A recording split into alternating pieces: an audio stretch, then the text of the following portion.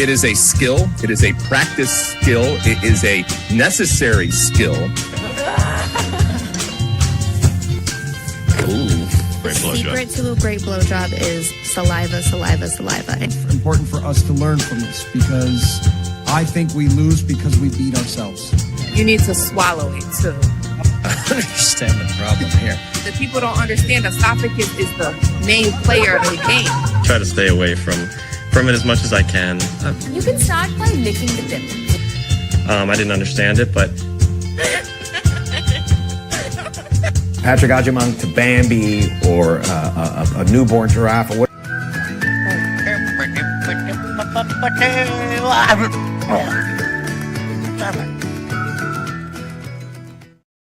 All right, welcome to Straight Red Card. I did rewatch the Lawless interview we did, and I was thinking to myself, I'm pretty sure he made fun of our intro, as in it being of low quality.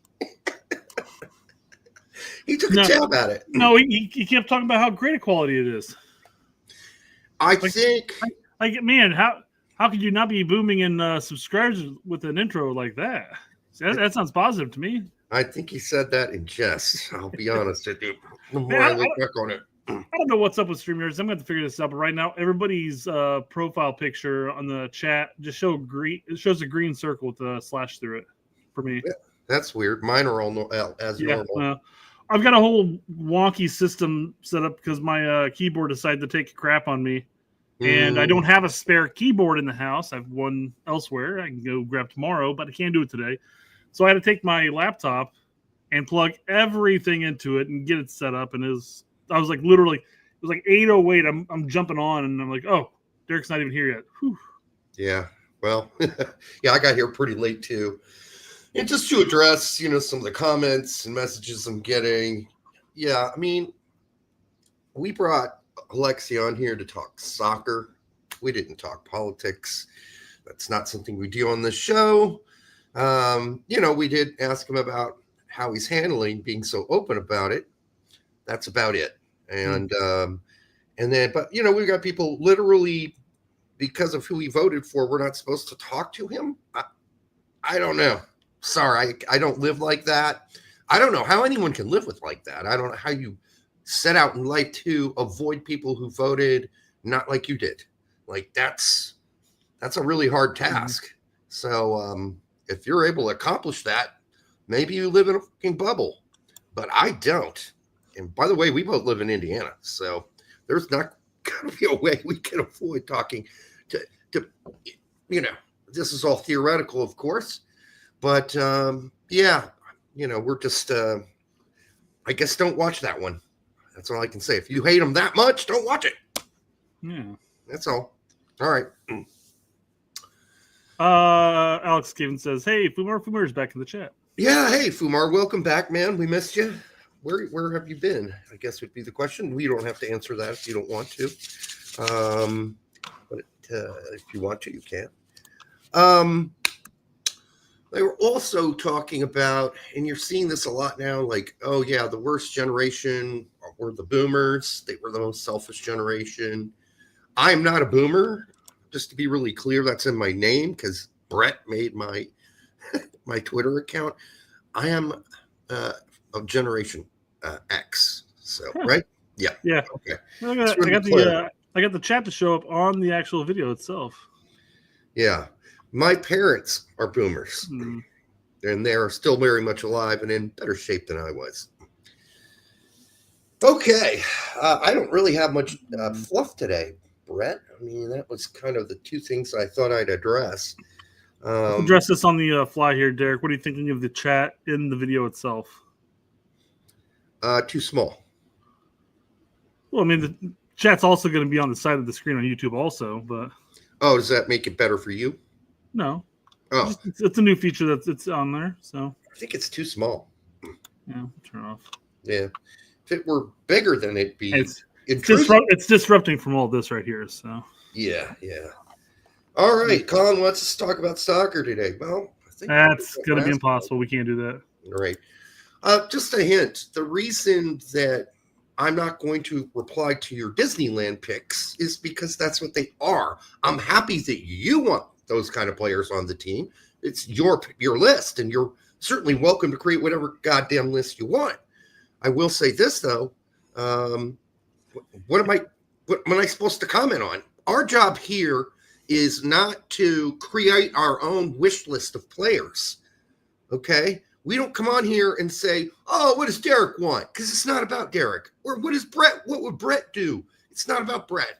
We're trying to do our very best to assess what we think Poach will do and give you an actual non-Disneyland group of players that we think are going to make the team going forward. So for the people in the comments who are like, oh, you guys, well, I can't believe you're picking Reem. So, we're picking Reem because Poach is picking Reem.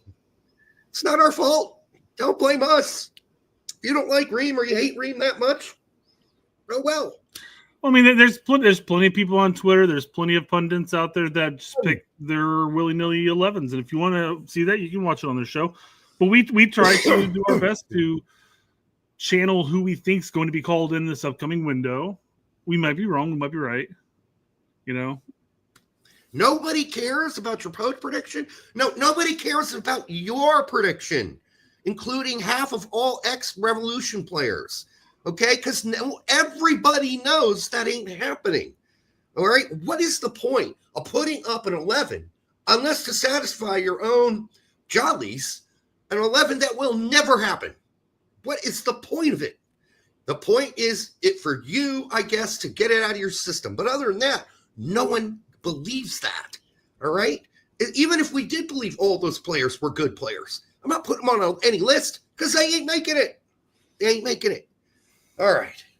SAFB for $10. Thank you early on there, brother, for that. Cheers, friends. Can't believe that people are acting that way over a guest talking soccer, but I can't wait for tonight. Drink of the night is Voodoo Ranger Juice Force. I've seen that. I've never had it. I don't know if it's any good. I don't know. The Juice Force. It's all right. It's all right. I can't find my bottle opener. Here we go. Found it. I'm not a huge fan of when they start throwing in the fruits in there and kind of takes away from the bitterness. Yeah. I'm drinking the 6th glass. Once again, I bought 2 of these. So this is a quadruple from Boulevard in St. Louis.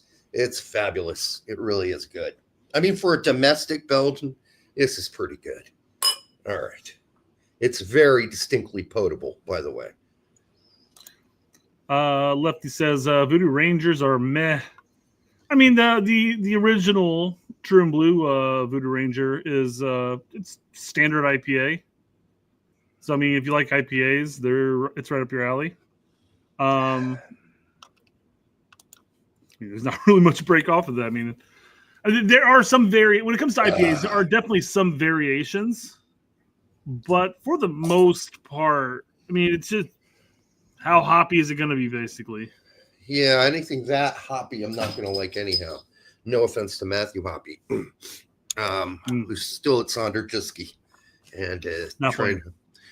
Well, yeah, he's playing. He's been playing in the preseason and been playing some other games, and we'll see how long that lasts. Right? I haven't checked for a little while, but did notice he had played somewhat recently. Within the last month, he's played. Okay. What are we going to do, Brett? So, summertime's always interesting for me. I mean, I know that you're obviously off during the summer, about to start up again. But it's interesting for me because I still work, of course. And my kids have the summer off, and my wife works from home. And periodically, she's like, "You need to take these kids into work with you because they're driving me nuts." Yeah. So I'm like, all right, sure. I remember when when I used to go to my mom's school when she was teaching when I was a kid, their age. Mm-hmm. Oh man, I'd go into that gym and I would spend 2-3 hours straight while she's working, just kicking a ball, doing all sorts of stuff in there with whatever the equipment room and everything. Mm-hmm. And I could entertain myself. I'd take these kids with me. They got their iPads. About an hour into them, I'm bored. I'm like, go to the gym, dude. Guys, there's all sorts of things you can do in there.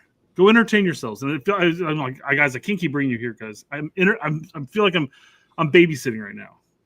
I can't do anything. And the reason I bring this up is I'm kind of jealous of this video you sent me of a dog entertaining himself. Oh God, that's so great. I love when animals do this stuff. I mean, come on. Is it because the dog doesn't have an iPad? Is that the issue? Mute that because I don't know what audio is there. I think it's just the audio of the ball bouncing and stuff. But yeah, he puts the ball at the top of the steps and it bounces down. Yep. He retrieves it. I love how skilled he is about the weight of the ball against the stair, so it does come back down. It doesn't sit on the stair. It actually will roll. He nudges it with his nose. Kind of like throws at it. Yeah. Yeah, that's pretty cool. I love animals. Love dogs. Well, it's like that. The video of the dog, and there's that whatever, like a tennis ball throwing machine that the dog can go over there, grab the ball, drop it into the funnel. The funnel falls into the funnel, and then it shoots the ball off. Dog chases after it, and so forth. Yeah. Yes. I need one of those for kids.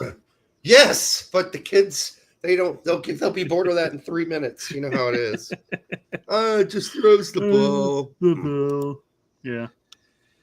By the way, our friend from England asked, he's drinking a cider. Do Americans drink cider? Yeah, actually, cider's pretty popular here. Hard ciders, especially those made by the Dickens Company, the Dickens Cider Company. Yep. Some of my nephews are into the ciders, and I'm just like, I mean, don't get me wrong, I'll drink a cider, but it's definitely not my choice to go to. Apple juice gives me a stomachache. Even alcoholic apple juice? Probably less so, but it's still apple juice, right? Just with alcohol. Eric Ronaldo reposted this stream. Oh, thanks, Eric. Is that really you? I don't think so. I don't know. Anyhow, really was you last time. His photo is the only photo that shows up on my stream right now. Just see Eric's face, and that's it. Oh, I'm from Wales, not England, you dick. My bad. I forgot, Robert. I'm pretty sure Derek said last week potato when it comes to that, right? No, that's tactical manager who makes fun of Wales being a country. Yeah. Yeah. I always like when people spell Wales the other way, like the animal. That's always funny. People do that when they accidentally when they're spelling the country Wales? Really? Sure, why not? Yeah. Okay. Idiots. All right. I agree. All right. So we're dealing a little bit with technical stuff, so it's going to show us a little slower today. A little slower, but got another video to show here. Another little fluff video. I forgot who sent it our way. This video was sent to us just before Lawless's show. And he's like, "Oh, sorry guys, late fluff." And I listened to it, and I'm like, "Dude, I can't play this when Lawless is on the show." Yeah. So we don't got anybody on today, so we're gonna go ahead and play it. And it fits in with our whole drinking commentary. So Find yourself a guy who loves drinking whiskey, because if he can drink that nasty shit, he will definitely tongue punch your fart box. What? He will definitely tongue punch your fart box. You don't have to play the rest of this, but because he just says, I drink whiskey doesn't mean I'm going to do that. Yeah, he's like taking it back. He's like, Nas? You think it's tongue punch your what? As if he's never heard of that before. Oh, sure. No, 100%. Yeah. I mean, I don't know.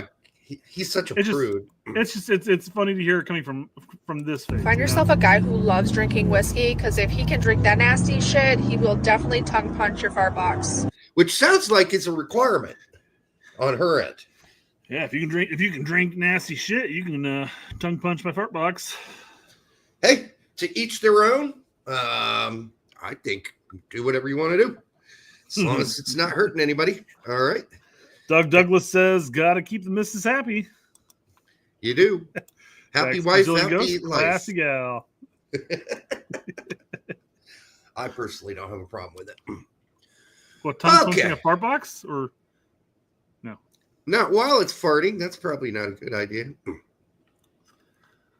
Yeah, you're get some strange requirements there. You're like, 69 is not a great position. Which I'm not arguing with you here. I'm leading into something here. Okay. And you're just like, yeah, I don't mind sticking my tongue up someone's bum. Just a little strange. Okay. You're all over the place. I'm really not. I'm pretty consistent. I'm pretty disgusting in general. All right. Okay. Who cares? So the endocarditis. What? Oh, I don't know. Collins. Is that what it's called? What? I have no idea what that word means. I see endo. That's a heart thing, I think. Anyhow, let's see. I didn't mean for you to pull that up. He goes, I see we're getting no soccer analysis today. Colin, I know this isn't your first time watching our show. Come on, man. You know what the first 20 minutes are like, buddy. Come on. All right. What else we slowly got? Just for you, Colin. Let's branch off into some MLS talk. Okay. So, we had the MLS All-Star yesterday. I watched. Yeah. I was preoccupado. We played pretty well. It looked like it, yeah. From what I did see of the game, yes. I mean, we were definitely just as good, if not better. Obviously, the score, you would assume we were better. I thought we played really well. So, MLS definitely, I mean, we got some really good players in this league right now. Really good. So, I wasn't surprised we won. But the whole thing of the news of the day was, though, Messi didn't show. Right? Yeah. That's the big talking point, right? And MLS came out and said, hey, if you're not going to play in the MLS All-Star game, you're going to have to get suspended one game. Right. Then, because in the past, somebody mentioned that Suarez skipped last year's, and he got suspended. But then somebody said that Suarez didn't skip last. I don't know. But, I mean, the big one that I knew was, what's his fucking face? Ibrahimovic. Thank you very much. Had to pull that up here. Yeah, he skipped his year, and he got suspended a game. And we'll watch a video on that here in a second. But yeah, that this is the big talking point, right? Yes. Yeah, people were like making these weird proclamations. Dear Messi, I see you think you're too good for the... That one already? Is that the next one? There he goes. Oh, you did get it. Dear Messi, I'm writing to you to express my outrage for your absence at the historic MLS All-Star event. Why is it historic? We took you into our league when nobody wanted you and expected you to respect our heritage. Travis has to be a parody, doesn't he? And football and culture. This was a slap in the face, and it will not be tolerated. No, he's a real guy. He commented on some of my other stuff too, but I know. I remember the account. I'm just like, when nobody wanted you, I'm pretty positive the Saudi league were at least striving to get Messi as well at the same time. Oh, what a and joke. A smattering of other leagues too. Yes, lots of people wanted him. Now, could they afford him? Now that's a whole other thing. Saudi certainly could have. Yeah, but he decided to come here instead of Saudi Arabia. I'm glad he did. It's been fun watching. Whereas I've seen Ronaldo play 2 games since he's been in Saudi Arabia total. So if you looked at my timeline when all this news was coming out, it looked like I almost kind of contradicted myself when talking about this, because I said, basically, ultimately, I was like, I think I'm paraphrasing my own quote here, but basically, I'm like, I think it's pretty silly that we're forcing people to play in the MLS All-Star game. Now, I know when Aldo came in and said, well, it's probably contractual. It's probably somewhere in his contract signing you have to participate. Oh, it is. You get pulled in, et cetera, because TV ratings, right? Et cetera, et cetera, et cetera, et cetera. But it's just like the concept that if you don't participate in this cash grab for us, you're going to get penalized. Now, mind you, 1 game suspension is not really a penalization by any means. So we could say more rest. I don't know. But then MLS was like, well, they're not immediately going to suspend him. They're going to review it. I'm like, well, right. Now if they don't suspend him, that's going to set a precedent. It already came out. Yeah. It's a game of their own choosing. They are suspended for 1 game, but they get to pick which game it is. What? Yeah. The hell's that? Yep. They're just going to pick a game that they weren't going to send them to Vancouver anyways. You got it. What a yeah.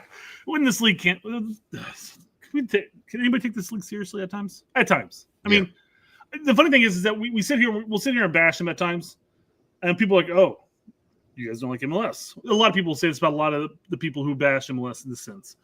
But I mean, I follow Chicago. You follow LA. Yeah. Braden followed the Union. Yeah. Tax a city guy. Orlando. Yeah. Pete's a Chicago guy somehow, but he is. Yeah, he was wearing the shirt in his last show. Yeah, well, he used to live there, so that's why. Oh, that's right. He did live here. I didn't know he lived there at all. Yeah, he did. Fair enough. But yeah, so I mean, just because we're critical of something doesn't mean we dislike the thing we're being critical of.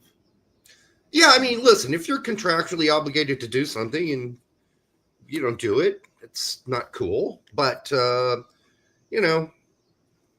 not living up to the penalty of it, I think is kind of, that shows no balls whatsoever.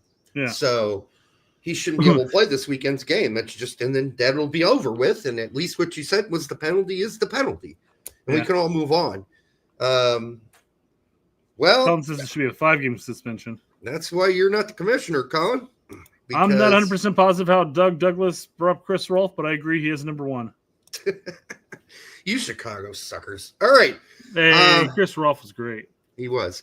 This guy just started covering soccer last week, says, Lionel Messi bailing on tonight's MLS All-Star game is more than just a soft, annoying decision. It's short-sighted for who? Him? Yep. It's not. Short reputation threatening. Yep, keep going, yeah. No, it's not. Full-on diva move that shoves a middle finger into the face of MLS and its fans. And for what? Full thoughts at my article at Austin Chronicle. Good God. Listen, it's not reputation threatening at all for Messi. Might be for Don Garber and MLS when they don't follow through in the punishment. And as far as short-sighted, what does Messi give a fuck? He didn't care. He's a millionaire 10 times over, 100 times over. When they're talking about the all-time greats, 10 years down the road, they're going to be like, oh, you got Pele, you got Maradona, you got Ronaldo, and you got Messi. And somebody's going to be like, Messi is an all-time great. He skipped out on the 2025 MLS All-Star game. Yeah, that's coming up for sure 10 years from now. And thank you for saying 10 and not 20. I don't know if I'll be here in 20. So 10, thank you, Brett. So, yeah, he's a billionaire. And hey, with Hulk Hogan passing at 71, Derek, we should all be concerned with our health. R.I.P. R.I.P. Hulkster himself. They just keep going down, don't they? I mean, you had Hulk Hogan, you have Ozzy. Who else? There's a couple other people. Yeah, because Ozzy was a wrestler. Well, no, but he passed away. That was the point. But it's funny. No, it wasn't funny. Let me rephrase this. Like, entertainer. Ozzy passed away, and he was like, 75 or 79 or something like that. And I go, wait, he was only 75? He looks so much older. Yeah, but he almost made it to 80. Think about that with his lifestyle and how he lived and how crazy he lived and all the partying he did. Also Malcolm and Jamal. I mean, the partying he did for 30 years is crazy. All right. So anyhow, Eric Goodman, that being one of your very first articles written for the Austin Chronicle, probably not a good start. But I get that you had to say something since the game itself took place in Austin. It was 76. Okay. Everything's in Austin nowadays, man. All the USA games, All-Star games. I mean, is anything not held in Austin at this point? Hey, man, they reminded us about 1,000 times last night on that MLS coverage that, it's a very distinct, unique town with its own kind of weird culture, man. That's their motto, though, is keep Austin weird or whatever it is, something like that. And they slurped down some show speed for 2 days straight. That guy's dick must have been raw from all the sucking he had to endure from MLS.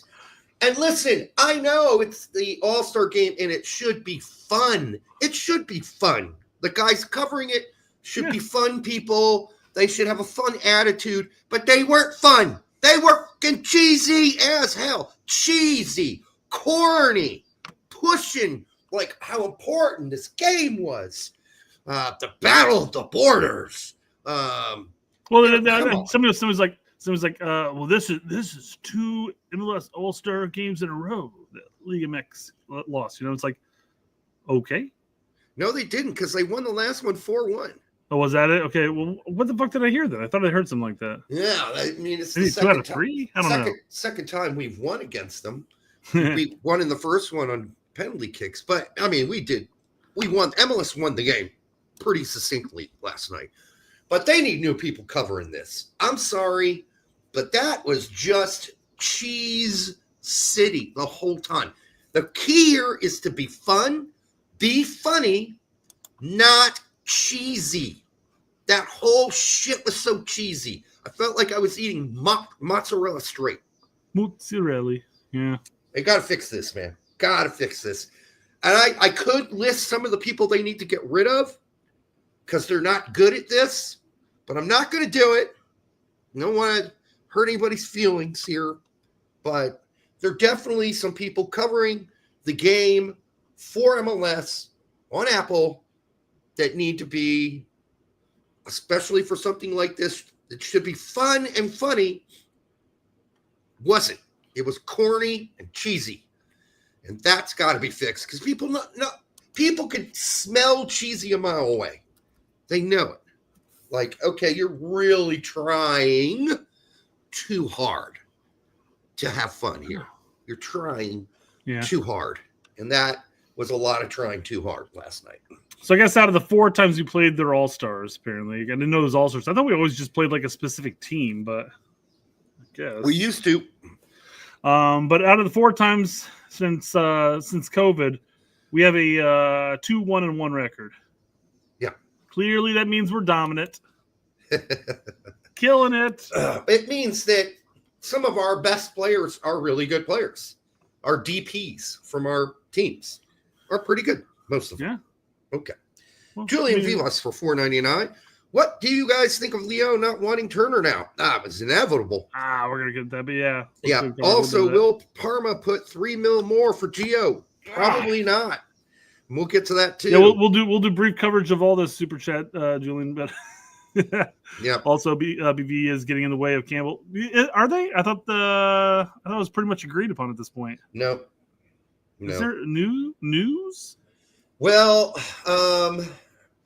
the offer $7 million, which should be enough, but Dortmund would rather loan. They want a loan. They don't want him to go away and not come back. So they still think, what if he turns out really, really, really good? Well, they're preferring a loan or a sell with a sell-on clause or buyback option, I guess, is what I'm reading here. But again, we'll get into that when we get to that point. Yeah. Bark at the moon. All right. Here's a nice little video of Zlatan back in the day talking about his decision with the MLS All-Stars. How frustrating was that? I think is ridiculous, but yeah, no comments. They do whatever they want. No comment. It's ridiculous, but no comment. Ridiculous. I'm pretty sure you just made a comment there, man. And now you're going to make more. Listen, you finish this up even stronger. Yeah. I come from a different world. I come from the real world. Real world. I think at that point they need to kind of go. What it was like remember the Real World TV show on MTV? It was like, I come from the real world. And then it just cuts into the intro of a Real World. Oh, that would have been a great transition for this. It would have been funny to listen to, but But I mean, it's cheesy. I mean, listen, I happen to like the All-Star game. I think it's uniquely American. I say, why not do it? If we can, if everybody wants to play it, let's do it. Mm-hmm. And I really like in the old days when we played like Everton and Arsenal and Bayern Munich. And I thought that was fun too. I think it would be more entertaining in the sense, less of a spectacle, I guess, but maybe that's the less entertaining. I don't know. But why not have the MLS All-Stars at the end of the year, in a tropical location, all even if you want to start including teams from Europe and stuff like that, they're all on break because it's the winter break and stuff like that, and you can throw it in with that. But have it at the end of the season, or you can go back to the old school East versus West. I think that would have been pretty cool too. Yeah, I don't think the East versus West thing holds that much. I don't think it's going to draw as much. I'm sure. I agree, and especially when you start throwing in the Mexican All-Star teams, I think it's going to pull in more viewership. Sure, I agree. I like the skills challenge. I think it's fun. Oh, sure. Now that's the good kind of cheese. I can deal with that kind of cheesy, but the commentary, so bad. It's so bad. It was so bad. I almost muted it last night. Like I'm gonna puke here soon. All right. Cheese overload.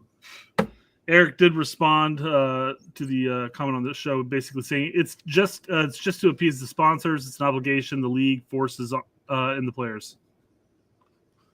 So there. So basically, the sponsors require it. Hey, yes, we're going to pay you money, but your best players better be playing. We got to be playing somebody who's going to pull in views. Absolutely, this is all money. Yeah. There's no doubt about that. Mm-hmm. Yeah. All right, for the nearly 300 of you here now on X and Twitter, make sure you hit like, subscribe, share it with your grandma. She's about my age. She might enjoy it. And, well, most of your grandmas, at least. Listen, we were wondering why Sargent pulled out of the Wolfsburg deal. Maybe, like your stepsister, he didn't want to get Wolfsburg pregnant. That's always a concern. Yeah. Zlatan here definitely didn't appreciate you cutting him off, Derek, so try to be respectful.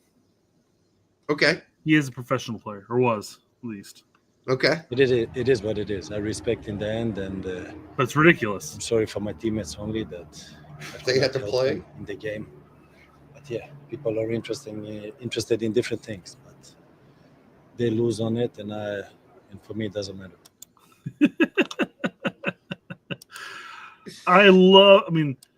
Although I had a love-hate relationship with him due to when he, understandably so, when he ended up leaving Juventus because they got relegated because of match fixing. Clearly, he's not going to go down to Serie B. Still, held a grudge.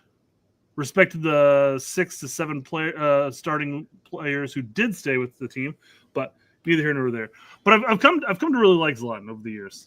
Oh, I love Zlatan. His abrasive attitude. Say what you want, whenever you want, however you want. Who cares what other people think? Oh, it's a great mentality.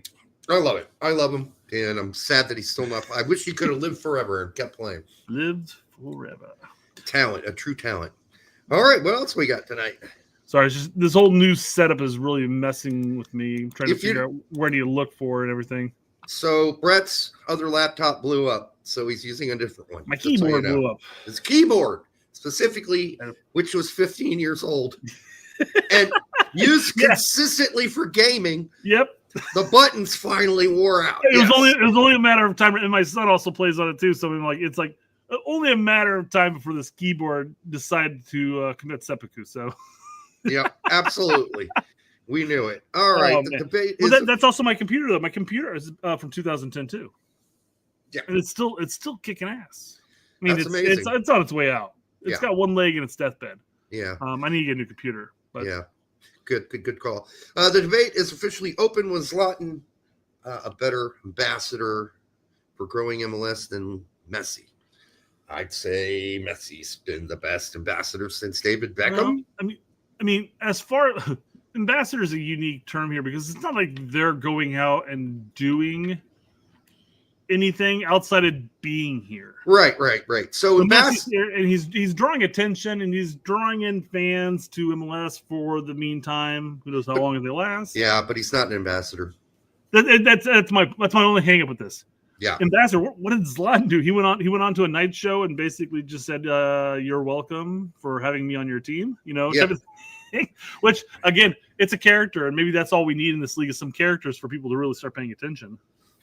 And that, I'm a Ferrari and I have to play with a bunch of Volkswagens or whatever he said. Robin Hugh.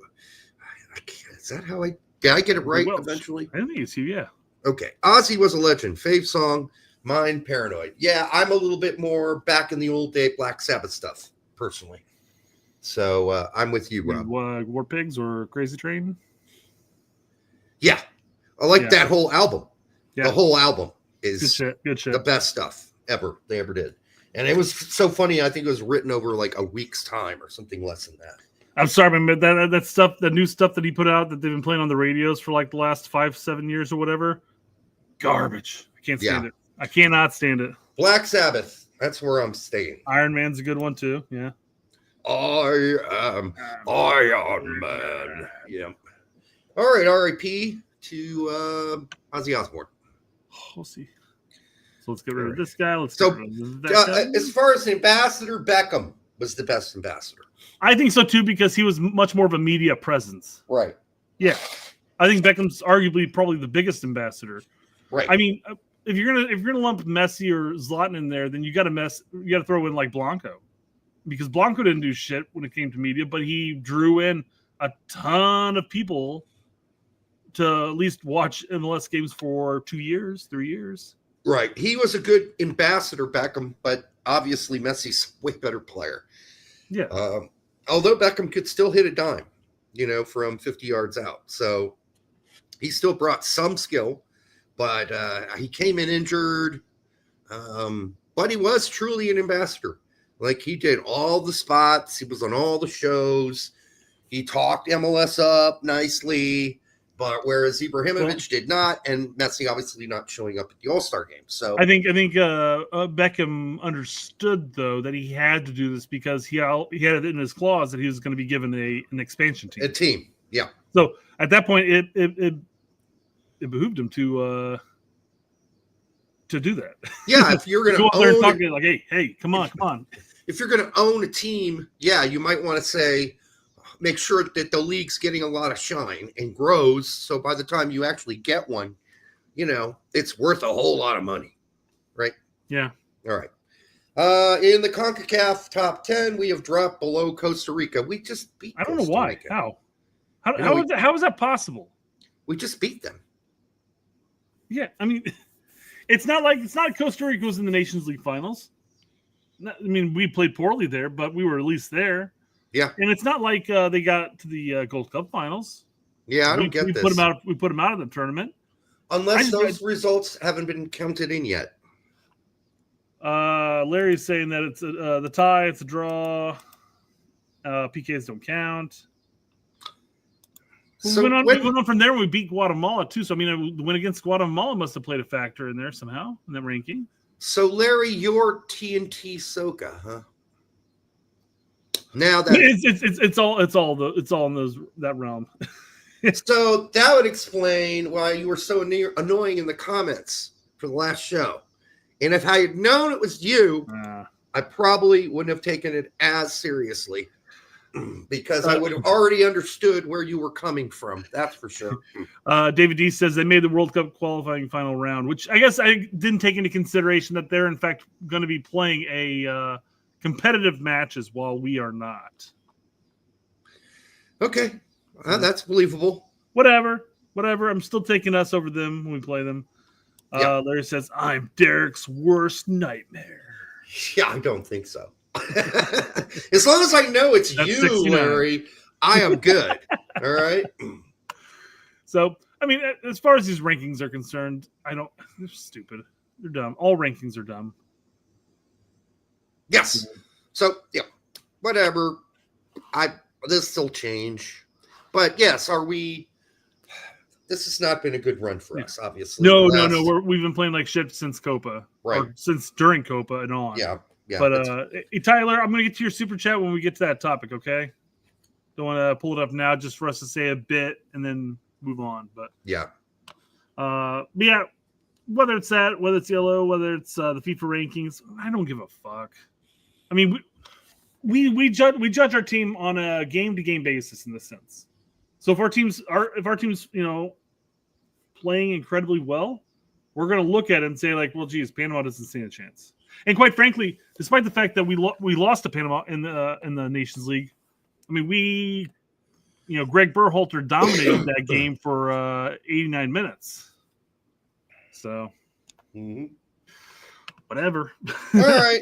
These ratings, it is what it is. Yeah. As Larry says, the ratings don't matter. Yeah. We got For going right on now, they don't. For right now, they don't. All right. As we move on to a new topic here, which Yeah. it's not new, but this is our main topic here, so might as well pull this video up real quick. Transfer news, transfer news. Who's getting mounted on transfer news? Who's getting over on transfer news? Transfer news. Everyone loves that transfer news but me. Whatever. Whatever, indeed. All right. Let's see. Yeesh. Yeah, this is a good summary. Juve, 20 million. Wants 20 million. Marseille says, how about 15? Dortmund says, we want 10 to 12 for Gio. Parma says, how about 6 to 8? Sargent bailed on Wolfsburg for family reasons. Leon, paying a lawyer to get out of the Turner contract. Finances after staving relegation. West, still on the chopping block. That might end like it always does. Yeah, so we'll see. I suspect it will. Yeah. Hasn't been too good for the U.S. men's national team, despite Tillman and Cardoso moves, which were good. So that's about the only positives this entire silly season, which is strange. So, well, those two players have been really consistently good, right, for their club team. So I guess it makes sense. All right. Larry wants to know how Lexi's ginger nuts tasted. I have not tasted his nuts. He's not offered to allow me to taste his red-haired nuts. I assume that the blinds are the same. Anyhow, so I can tell you, but I will text him after the show and ask if that's something we can arrange so I can answer your question. Just get his wife on the next show. Yeah. I don't know. Ask the hard-hitting questions. I mean, we dug into the weeds with Alexi. So if you don't like that, don't watch it. Yeah. I think, we touched base on some of his hot takes that he's done on the X or on one of the shows he's been on. I don't know where he did that whole diversity topic at, but yeah, we pushed back on the whole Nathaniel Brown thing when I think he was sort of insinuating, hey, what does it matter? Well, I think we told him why it mattered. Mm-hmm. So there we go. I don't know. You want us to have him on the show and just continuously kick him in his baby nuts? Is that what the point of having him on the show is? I don't know why that would be the point of the show. We covered all the topics we wanted to cover and the topics we thought you guys would be interested in. So, All right. Tyler Fitz for $199. Derek, is Sargent leaving still? Before we jump into this, let's tell the story as we know it, as everyone knows it, for the most part.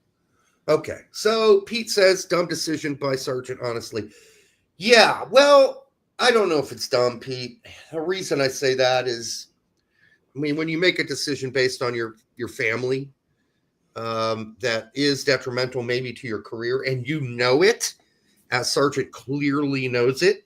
I can confirm. You're doing it for family reasons, so I can't call it dumb because you know what the consequences are. It's definitely a sacrifice. Now, mind you, if they make a move into EPL and he joins a team like Burnley or Leeds in the end, I can't sit there and defend him if he's not getting service and not scoring goals next season because this was his decision. So I'll give you an example. I'm in high school. I'm a junior. My dad just finished the War College in Carlisle, which is where people go and take their final step before they become a general. Okay? So my dad had an opportunity to become a general. He was a colonel, full bird. And they said, okay, well, here's your next assignment. Korea. And my dad's like, Korea? No, I'm not doing that to my kids. 2 kids in high school, I'm not doing that. They said, okay, well, here are your other options, but you're not going to be a general. He said, fuck it. Fine with me. And he went and took the Fort Benjamin Harrison job here in Indianapolis. And no, he never became a general. So was that detrimental to his career, that decision? Yes, sure. But it was a family decision. I'm not saying this is all apples to apples in this case, but keep in mind he has a wife who's his high school sweetheart, and she doesn't speak German. and have a child who I think is 3 or 4 at this point, right? Somewhere around there. You around that range, yeah. So this is a personal decision not to move to a country where, although a lot of Germans speak English, frankly.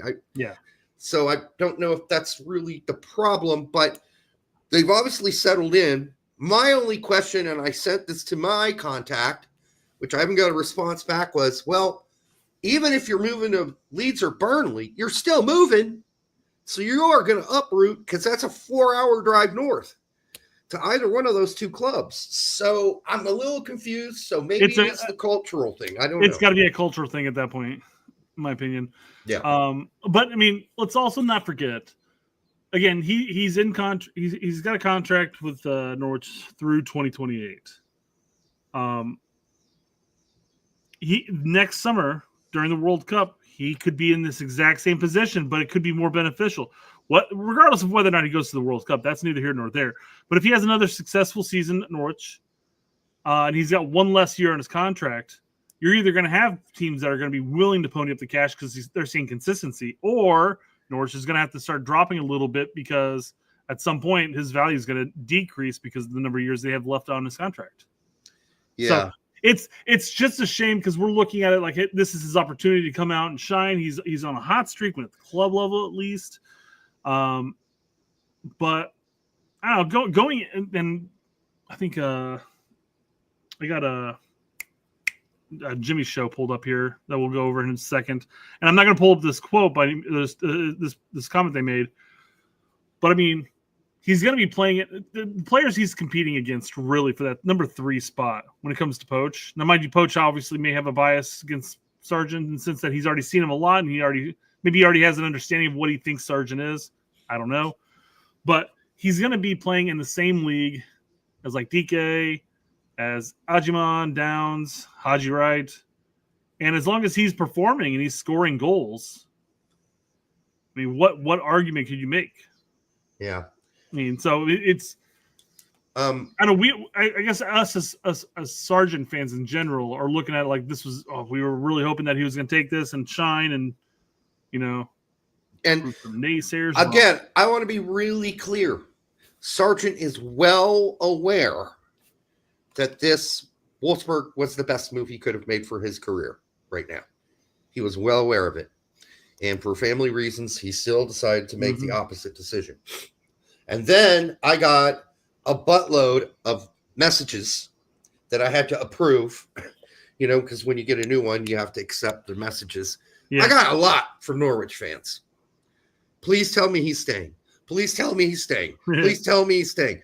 Yes, there's a really good chance he's going to stay. Reason being is only Wolfsburg got really, really, really close or right on the mark with what Norwich were asking for. Burnley didn't quite get there, and Leeds have not quite got there either. And another interesting thing about all of this is how all of our domestic reporting here in the United States got this story wrong all day. Well, okay, they got it wrong. They said Wolfsburg pulled out of the deal. Incorrect. The local papers in Norwich got it right. They were reporting it correctly. And I really wasn't allowed to say anything about it until I saw it already being reported in one Norwich paper. Then I'm like, okay, it's out. So now I can confirm that this story is correct. And not all those other stories. Those are all wrong. And I could come out and say it. You think they all stemmed around to Sky? I think it was Sky Sports report that came out about it, saying that Wolves were backed out of the deal. Yeah, preliminary. Which, given our track record this transfer season, wouldn't have been out of the blue. So, I think I would have heard about it I would have heard about it almost immediately. And so I just want to be clear again. It's not a dumb move if you know that it's not going to be advantageous. He's doing this. It's a sacrifice for his family. And I'm not calling him any names because we all have our reasons when it comes to our family to do specific things. Charlie's got a big question here for you, Derek, and I think you can answer this. He's asking Tony, but I think he's really reaching across the interwebs and is asking you about this. So, hey, Derek, let him know. Let him know what's up. Tony, would you go to Lisbon? I would. What? Would you go to Lisbon?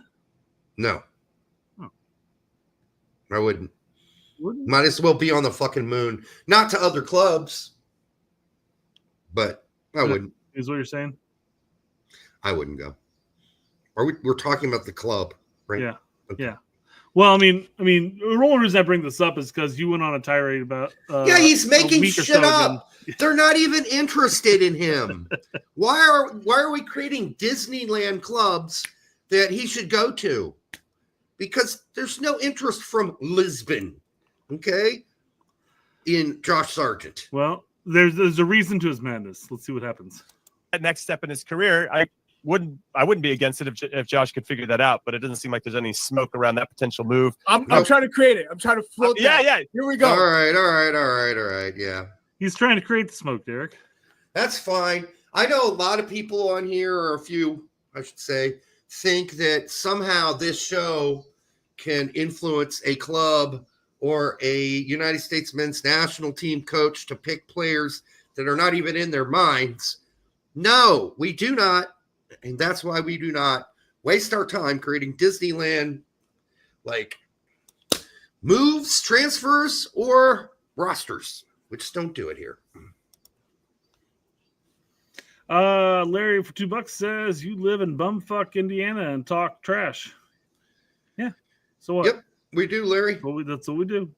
Man, you need to talk to Larry more, Brett. I think he's. We drink and we talk trash. That's what we do. I think he's having like some serious anger issues today. Yeah, man. He's taking that heel. It's taking it a little too far. Character a little too far on us. Yeah, man. Yeah, I think. Larry, so. what did we do to you, buddy?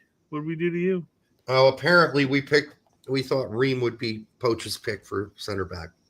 Oh, that's not a Larry issue. I mean, he's got to call you out for man bun, liking people with man buns, but that's about it. I know. God, it's always the Viking stuff. It's a low blow, man. All right. So that's the end. Well, okay. Here's the problem right now and why you're not hearing a lot of Burnley lead stuff, even though the Wolfsburg thing fell through. Because Norwich are sticking to their guns. They want the money they're asking for Sargent, or they're just going to keep him. And they've got him till 28. Why wouldn't they keep him?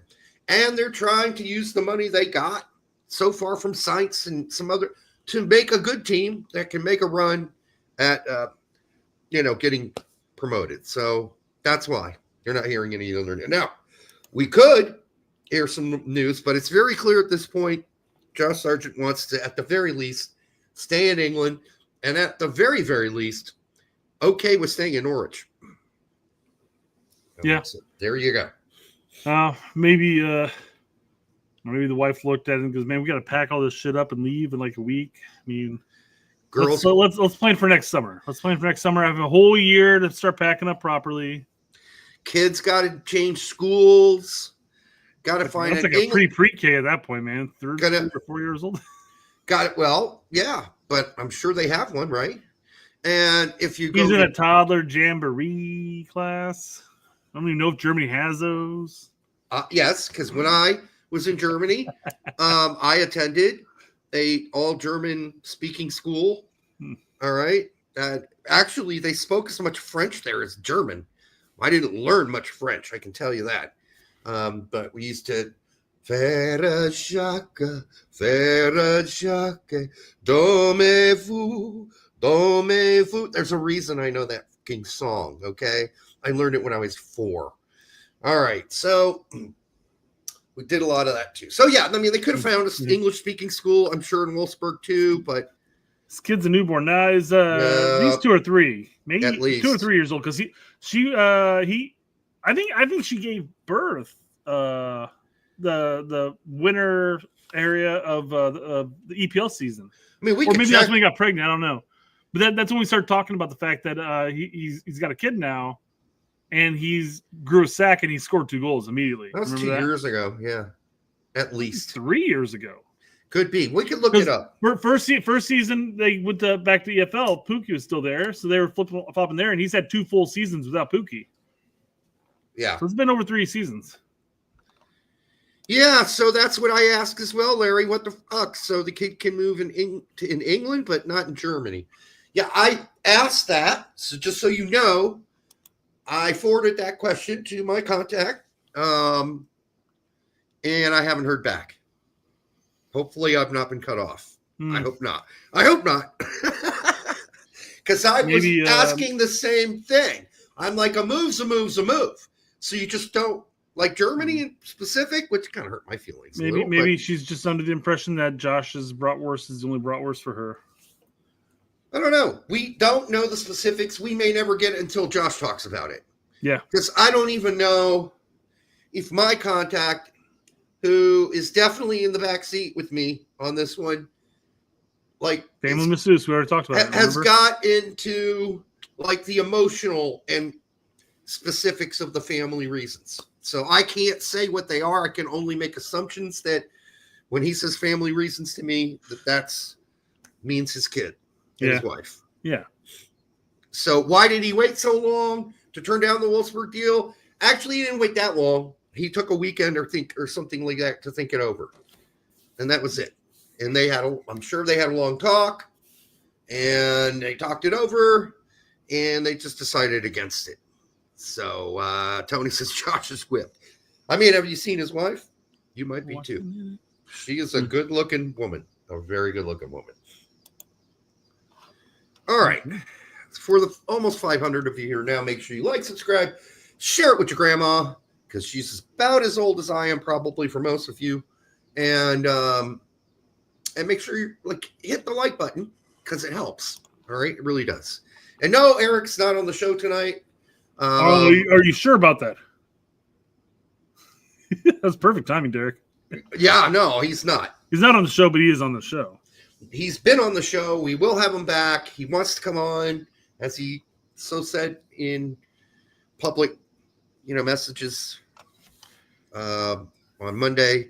We'll work it out, but I just didn't think it'd be a good idea to have him and then or Lexi and then him back to back. Let's spread it out. Well, I was going to say that a lack of topics to really vary between the two. Right, but hey, Eric he'd fill the time. Trust me. Oh, absolutely. Right. We'd figure it out one way or another. Yep. So Eric's got a video out there. Make sure you guys go watch it in its entirety.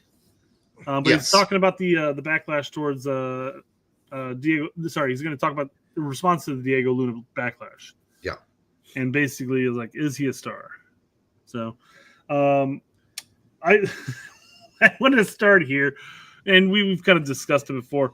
But yeah, there have just been moments where Eric lets the emotions get the best of him in response to certain people, and it's absolutely hysterical to watch. Well, number one, Herc. Number two, Landon. I mean, I don't know what's going on, and then more recently, which we forgot to fucking ask, Alexi. He's taken a couple shots at Alexi too. But anyhow. Yeah. All right, so he's reading an article. He's written an article. He's reading a response right now by Ryan Whited, 4490. It's very small. Yeah, but he'll read it. 4490. Great points, Eric. We have one major problem here. English clubs, in particular, can only have a small number of non-European players. Don't you think I know that?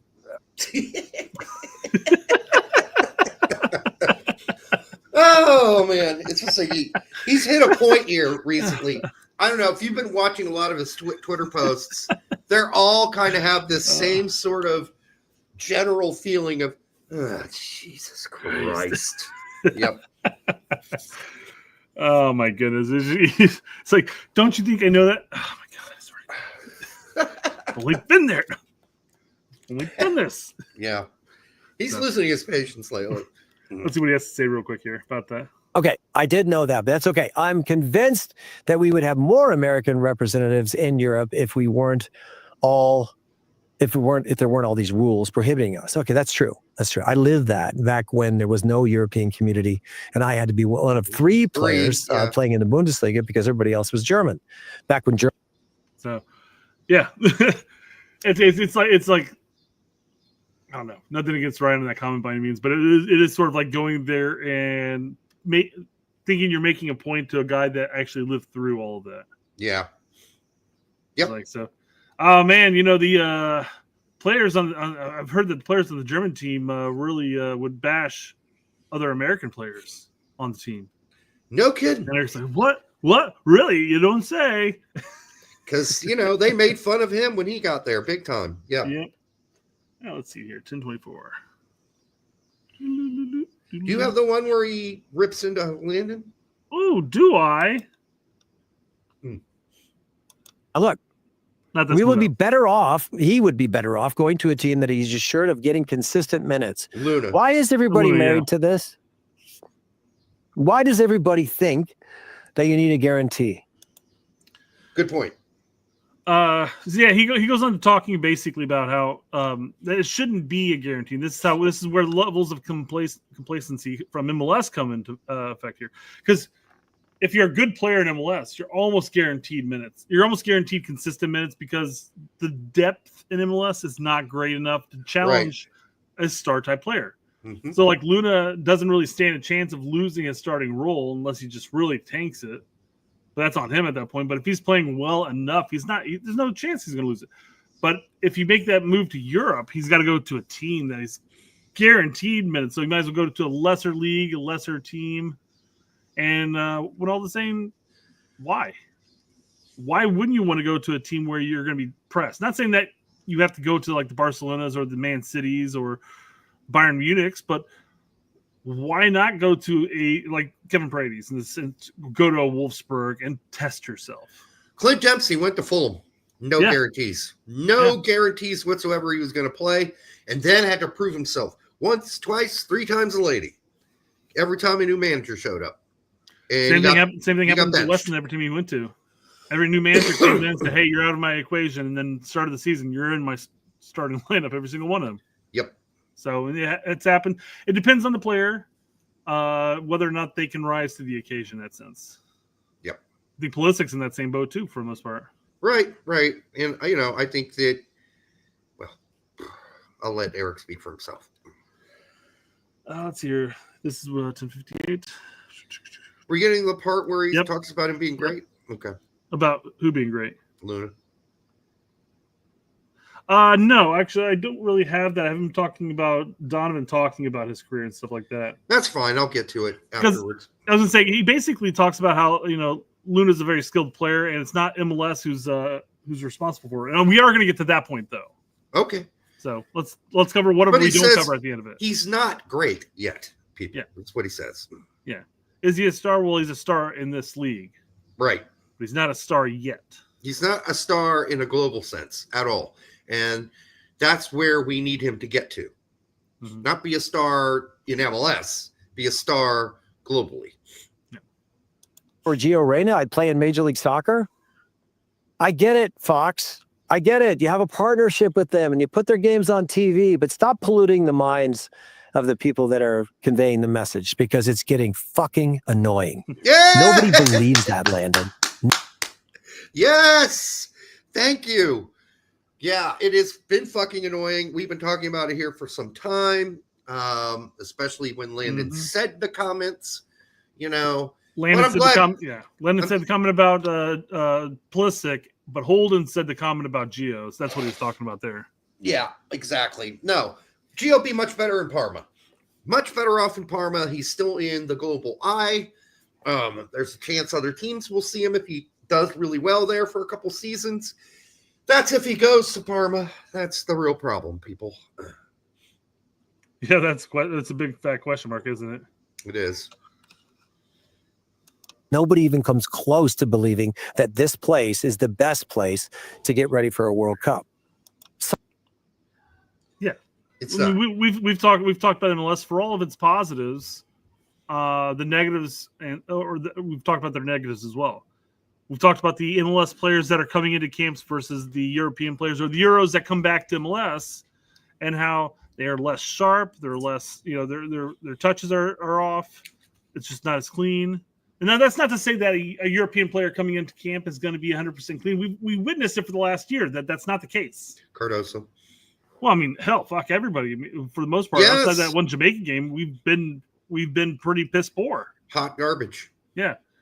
So, but I mean, what I was getting to that comment was basically like, hey, you're not testing yourself here, and you're not getting sharp. You're not getting ready for the World Cup by playing MLS quality.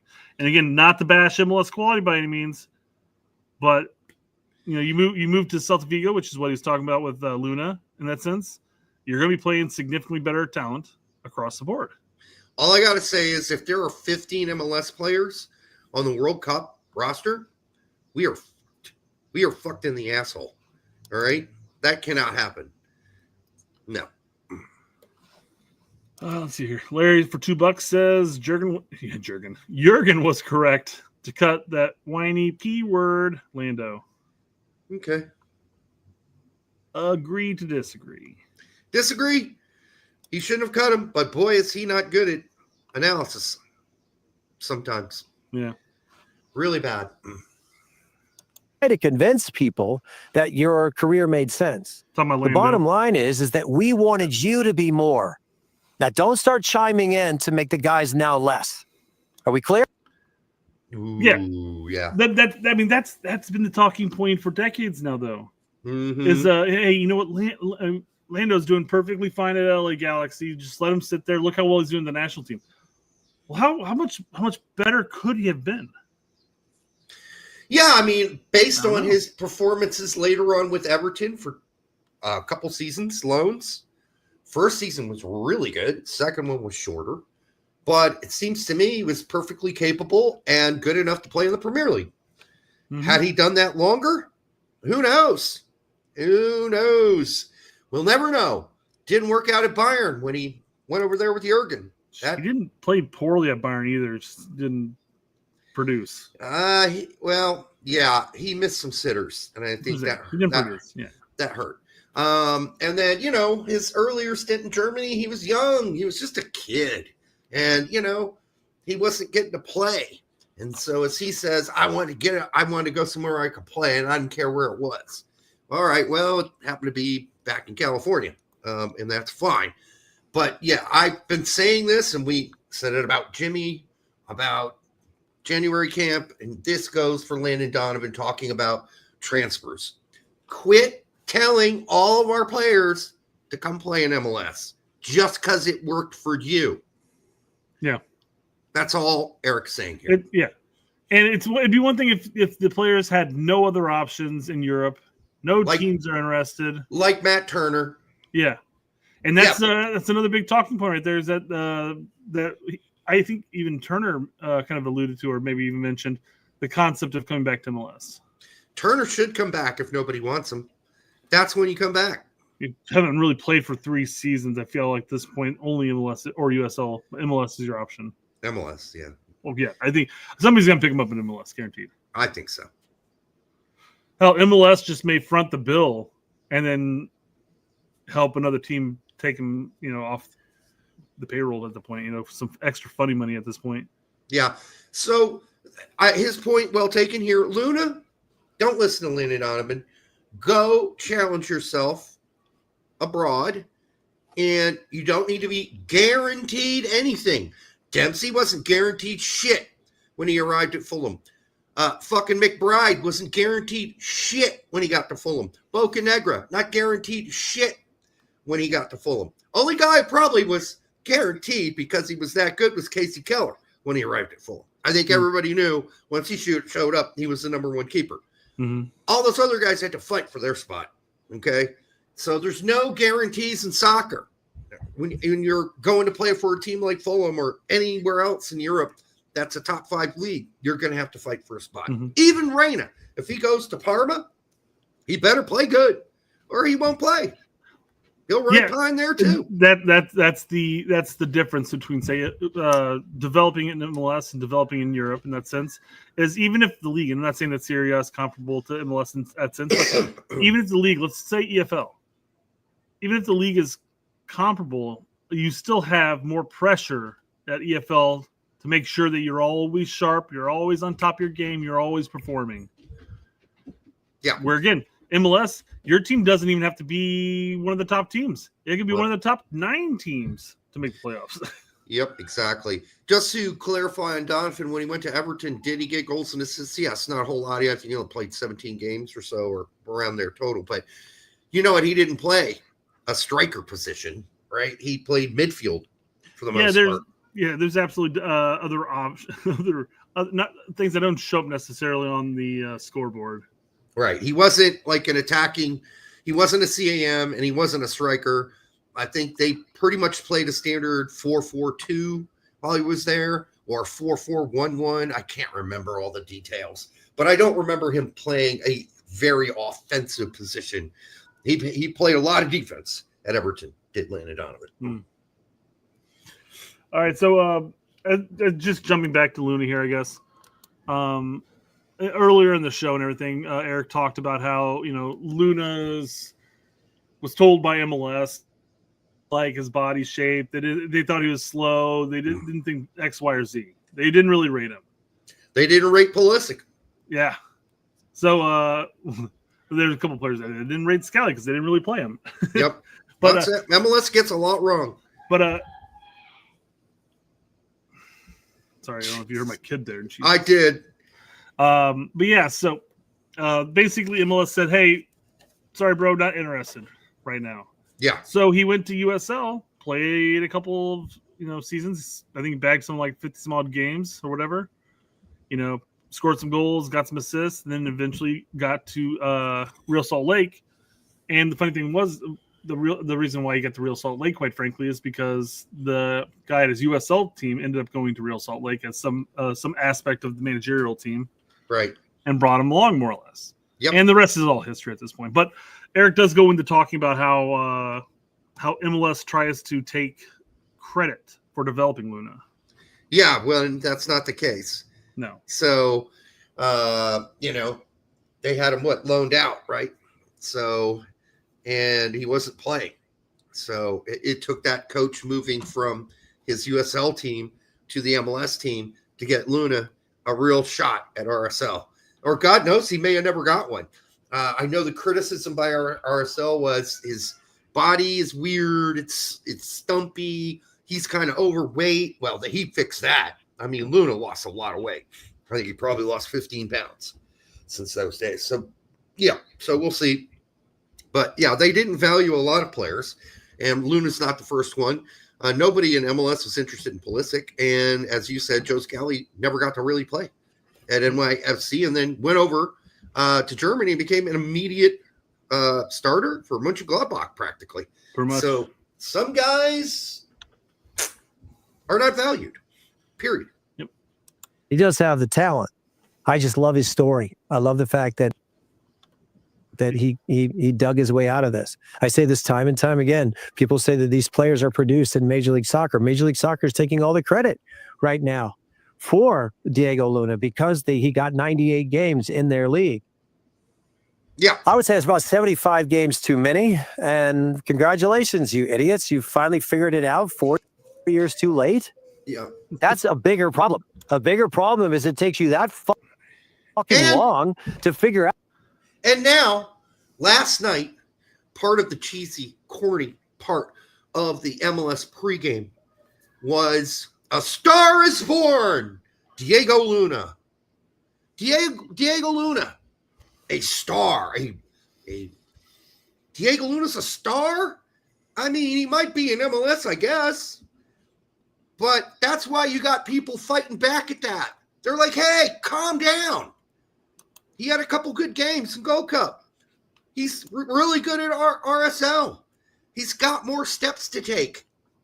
He's got the talent, as Eric said, but he's got more challenges ahead of him. So can we not make him a starlet yet, or even a star? Can we calm the fuck down? Let's see where he goes from here. Let's be happy for the kid. Yeah. But MLS goes so overboard on this shit. How many times was he called a star last night, Brett? 7 times? I didn't get to watch all the games, so I have no idea. I stopped counting at 5. All right? So enough's enough. Quit. Well, yeah. Quit. And then, as Eric says, quit taking credit for it too. Yeah. Yeah. I mean, you could be stoked that he's producing and he's developing and everything like that. And yeah, MLS definitely has had a hand in his development, but they should definitely not be taking the credit for his development. No. I mean, hell, his time with the U20s and youth is as much of any development as anything MLS has done. MLS has just given him the minutes. He's had time in the USL. This is the great part of his story, quite frankly. And this is one thing we should pull back a little bit on. It's been a great story so far. It's a great story. It doesn't make him a star. He got snubbed by the league. He went to a lower league, showed that he could play, got pulled back into the league, and then he's performing. Got called into the national team, performed well after being shat on, left off the Olympic team, Olympic squad. Yeah. So, and we're not even going on to talk about it. It's like, I thought we were going to be sitting here talking about this being a Mexican story more so than anything, because he thought that Mexico was going to come up and snatch Luna up before we actually did. So no. And, let me just put this out there. We don't have any stars on our team except one, Pulisic. And that's the closest we got to a global star on our team. It's the closest we got. Nobody else is a star. Everybody else has got a whole lot of shit to prove. And even Pulisic has some shit to prove. Okay? Not at Milan, obviously, but with us. Even though he's already put in a lot of good work for the U.S. men's national team. Where we are right now and where we are currently means he's got to reprove it again. So everybody got work to do. I just hate this throwing around the word star. All right. Ibrahimovic is a star. Okay? That's a star. Messi is a star. Ronaldo was a star. Still is, I guess, if you watch. Using star almost as a synonym for world class at that point. Yes. You say potato, right? Yeah. I just think, we're going too quickly on this. Let's let the kid develop. He's got work to do. I love his story as Eric loves his story, and I think he's got talent. So we'll see how far this goes. It'd be curious to go into other countries' media and fandom and find out how they treat certain things. Like, do you think like Japan looks at some of their players that are playing in Europe and like, oh my God, these guys are stars for their team. They're playing for the top teams and blah, blah, blah, blah. Or do you think they're like, hey, we really like so-and-so over here, and he's a pretty damn good player. And he's putting forth some effort over at Germany Club A. I don't know. I don't know Japanese culture. I don't know if they blow guys up bigger than they are. There's certainly a lot of quality Japanese players right now. Sure. There's a lot of quality Korean players. I'm sure they're stars in their own country, I suppose. But soccer's bigger in those countries than it is, like, overall, sports-wise, I think, in Japan than it is here, culturally. So, I don't know that's a fact, but I know they got baseball over there, and that's it. Baseball and soccer. That's it. Yeah. So that's not a whole lot of sports. Nope.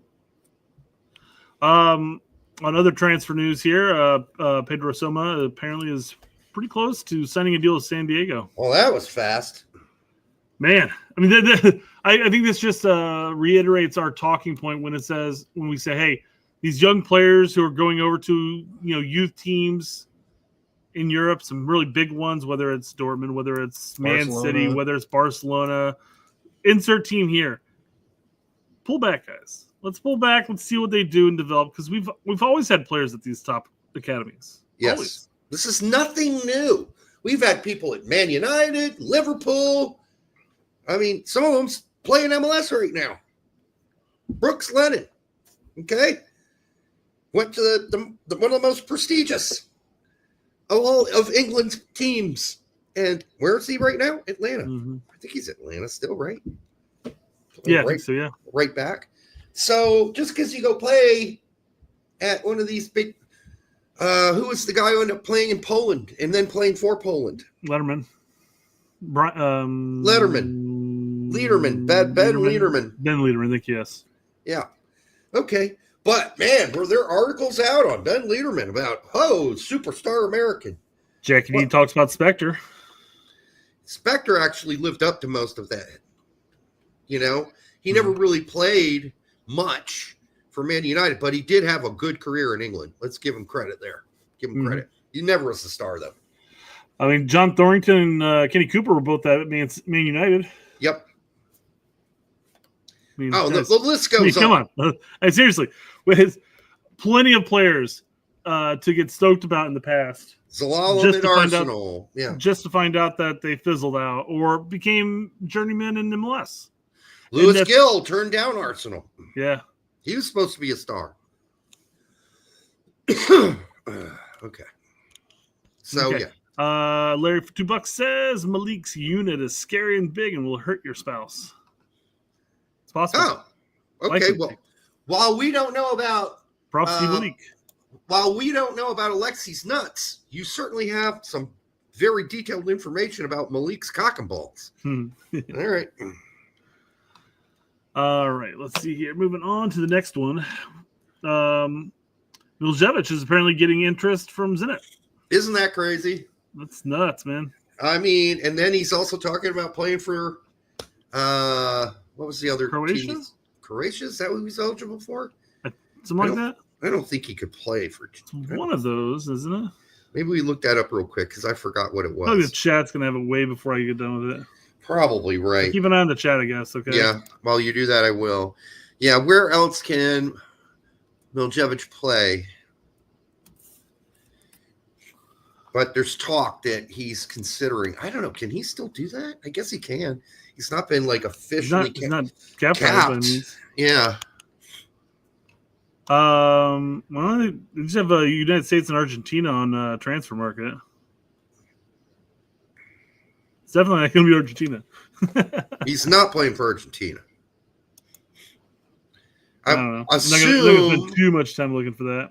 I would assume for his last name, it'd be one of the Eastern Bloc nations like Croatia, etc. So, anyhow, whatever it is, that was the rumor that he's moving to Zenit and he's thinking about playing for another team. Okay, fine. All right. We'll see if that happens. Where's BMR when you need him? I know. Where is BMR tonight? All right. Jeff Carey for $1.99. Hey, Kinky Carey. How you doing? I think Jedi is on the same level as Pulisic. I give you that one. I give you that one. I think he's not only really good for us, he's really good. One of the best players for Fulham, too. And I am so thankful so far as a Fulham fan that there's not been a whole lot of talk about him leaving Fulham so far this window. I've got a controversial topic, I guess, would be who hurts the U.S. men's national team more by missing out on camps, Jedi or Pulisic? You could argue Jedi is more of a that not saying that Pulisic's skill set isn't above Jedi's as far as well, they play opening up our attack. They definitely play different positions. I agree with you on that, but the big difference for me in that sense is who replaces each person. Well, it's a drop off both ways, but I think it's bigger drop off at left back. Yeah, well, left backs are rare, so we're really lucky to have one of the best ones in the EPL on our team. Yep. Okay. Fulham have done nothing this window for some reason. Hey, I'm fine with it so far. I don't want anybody striving for another mid-table, perhaps Europa Conference League, huh? I mean, I really can't think of anybody I really want to lose right now.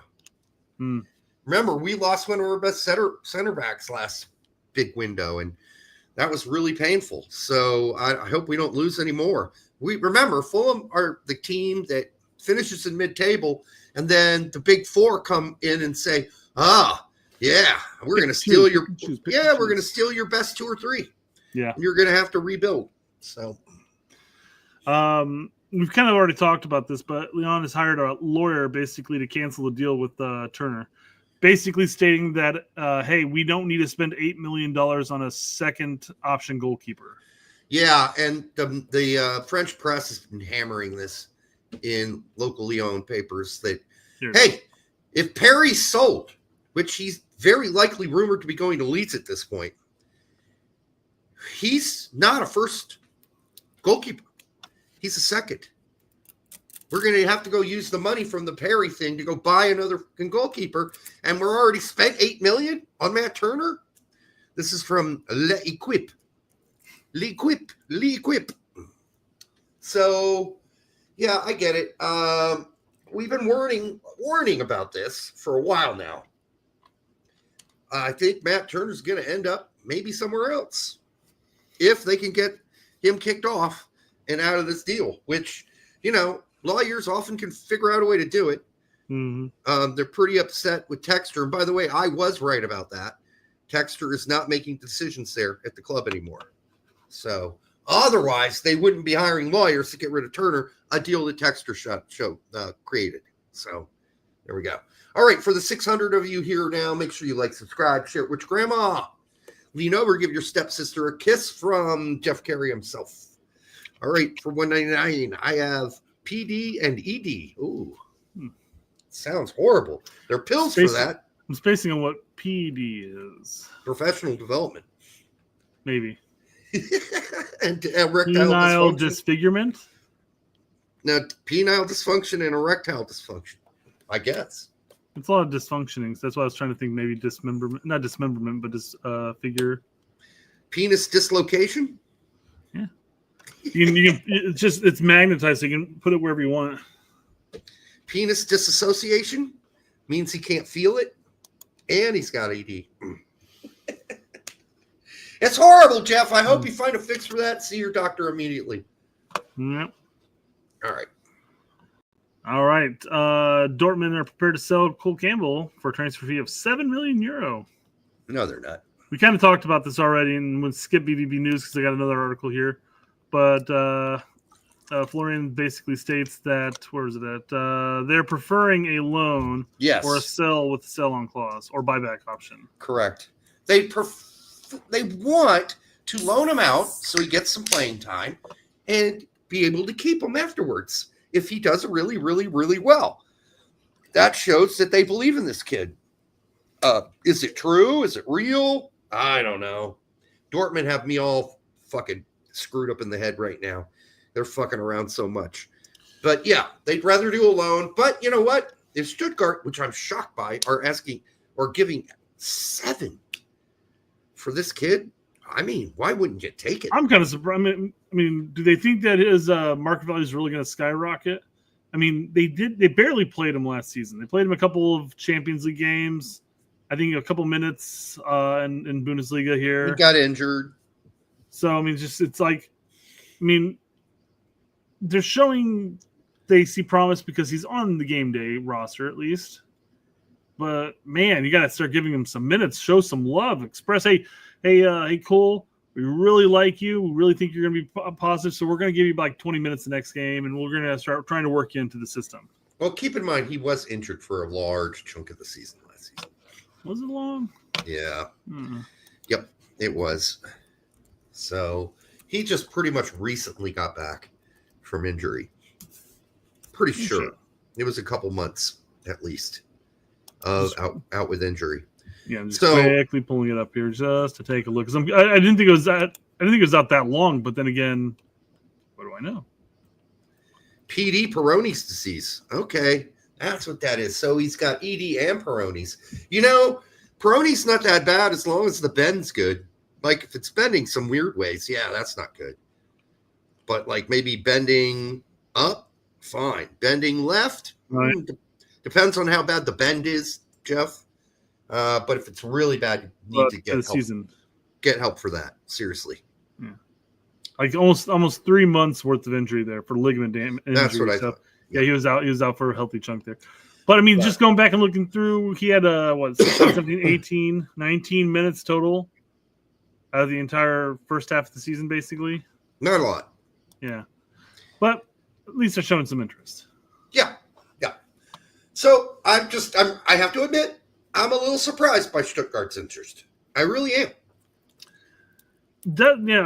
Especially with ponying up the cash. I mean, you'd almost imagine that if they're interested, they'd go with the loan with the option to buy. But sometimes you get a scout that you trust on your team, and he's saying, "No, This guy, this kid is worth the money. Go spend it. I'm telling you, he's 100% going to make it. Yeah. Okay, and someone at Stuttgart, the owners, the CEO, the board trusts this scout, and so now they're putting down $7 million, and it could be more by the time this is over with. I know it's limited minutes, and I know that a lot of the highlights, especially, were from the 2 team and everything like that. But I mean, the kid's super fucking fast. He has pretty solid enough ball control. The way I kind of described the limited sample size was like a Pulisic light for Dortmund.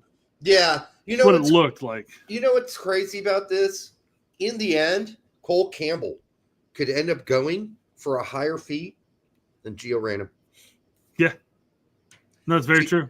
Gio might end up going for 6 in the end after all this is said and done, and we're down to the last week of the transfer window, and Dortmund are really shitting their pants for real now because they know they're going to lose him for free in 6 months, 5 months. Mm-hmm. Yeah. Then they're going to drop their price and take whatever deal. Parma might just sit back and wait now.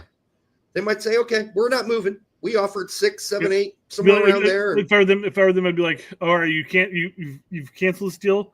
Well, we're gonna put out a $6 million bid for the remainder of the silly season. Mm-hmm. You guys can accept it whenever you want. But we're moving on. The problem for Gio is they go out and get somebody else, Parma. Yeah. And fill a spot. So, and then Gio's been screwed out of a spot because they want 10 to 12 for a player whose transfer market value is in the shitter. It's in the shitter. Mm-hmm. So Dortmund is pissing me off right now on so many levels. Well, Dortmund's made, I think somebody was posting in the chat earlier, something like 30 some odd mil as far as the transfer season's concerned anyways. Yeah. So, I mean, why quibble over a couple extra mil? I mean, maybe they think after everybody that they've sold that they're thin now and they need Reyna. That could be their explanation to Parma. Hey, listen, we just sold 4 guys. And now we kind of need this Gio Reyna guy. So if you want him, you're going to have to pay 10 to 12 to get him.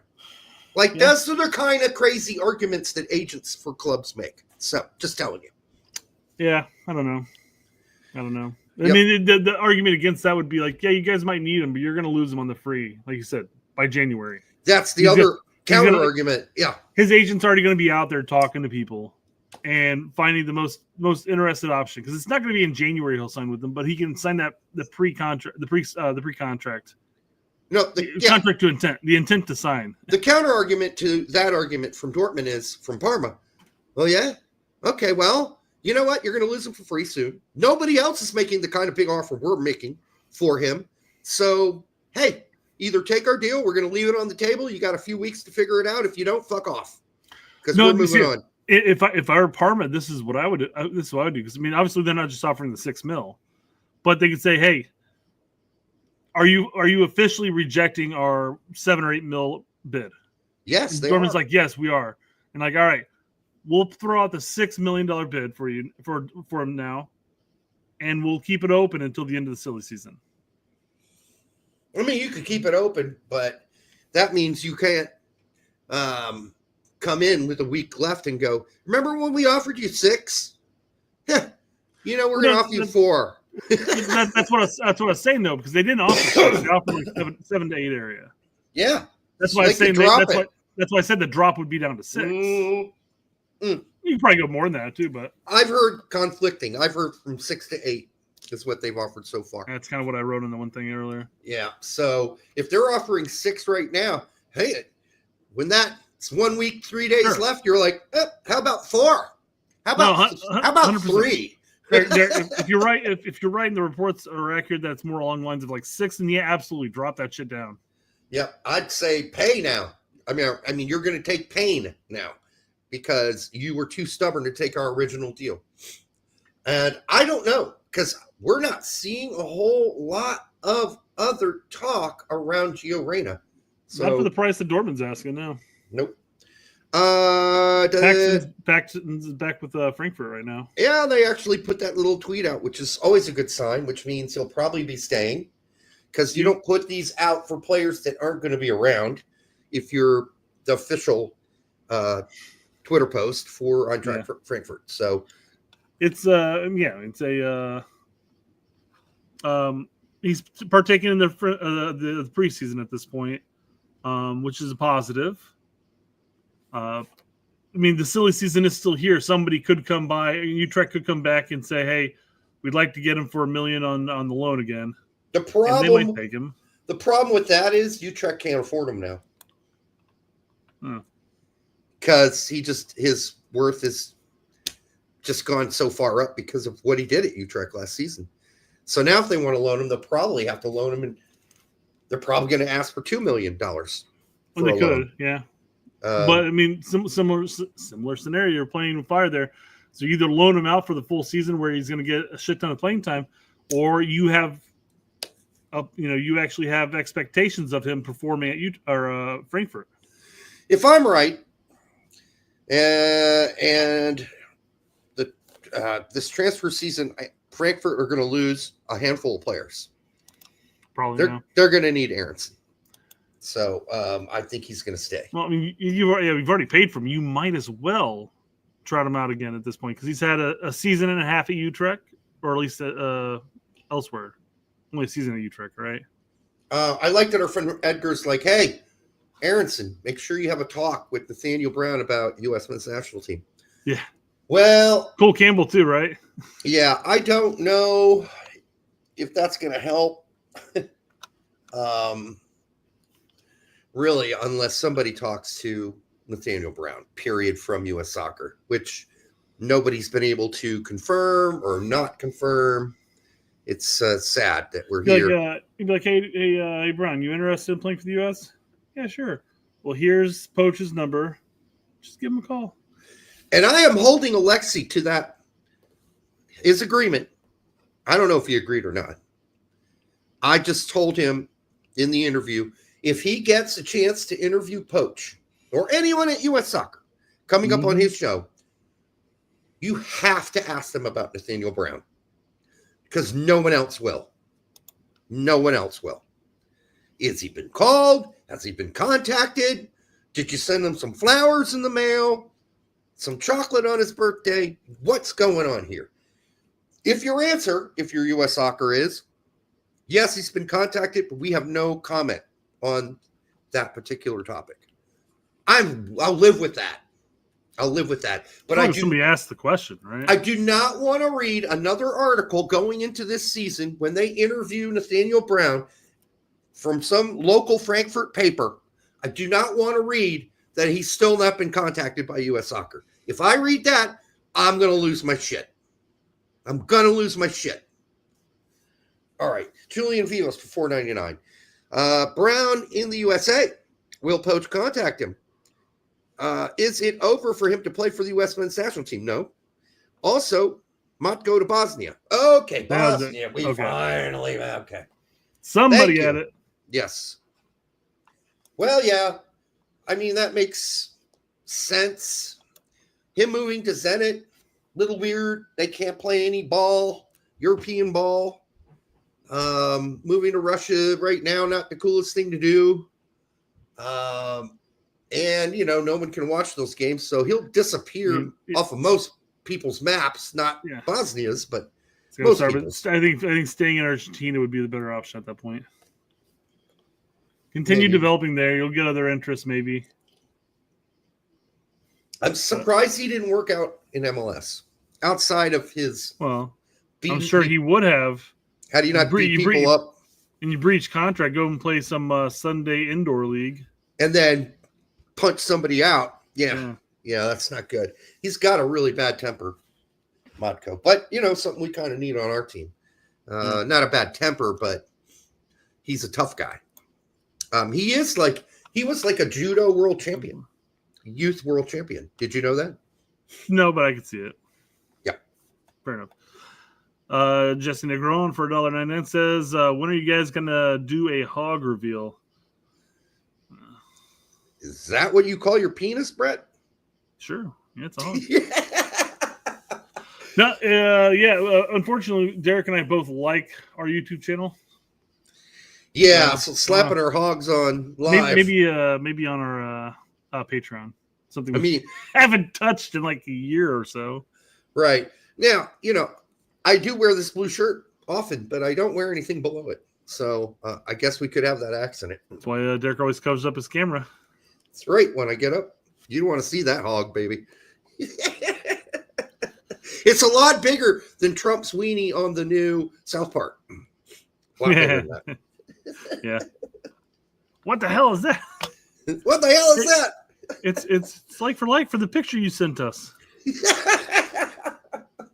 Come on, Devil. Come on, Devil. I can only imagine Trump watching that. And then him I imagine he's got a relatively decent enough sense of humor about it against himself and that type of stuff. I would think so. I'm not 100% sure of that, but I would love to have footage of him watching that episode, though. I think he's like the one dude from V for Vendetta. Whenever have you ever seen V for Vendetta? First off, oh yeah. So the scene where they're doing the like the Benny Hill music of the guy running around chasing after and it's like I'm the president. No, I'm the president. They shoot each other, and he like the guy actually crushes his glass of milk that he's drinking. Yeah. Except for I don't think Trump could crush his gold goblet because everything's gold for him. Okay, never mind. I'll just throw it over there. Yeah, we'll see how. I mean, they got a big deal. I guess they're replacing Colbert. On they got some monies from the Paramounts. Yeah. Yeah, they'll be replacing Colbert's slot on CBS. That's the big news. Yep. I love it. I love the people that are on Twitter saying, "Hey, quote tweet this or retweet this if you want to keep Colbert on air." And like, first off, those quote tweets and retweets won't do shit. Second off, I see your blue check mark and you're farming for attention here. Right. You're farming for views. Your 1.5 million views on that one post is going to guarantee that you're going to get money. Congratulations. Yeah, they could have got a new host, I suppose, that wasn't an establishment political figure, right?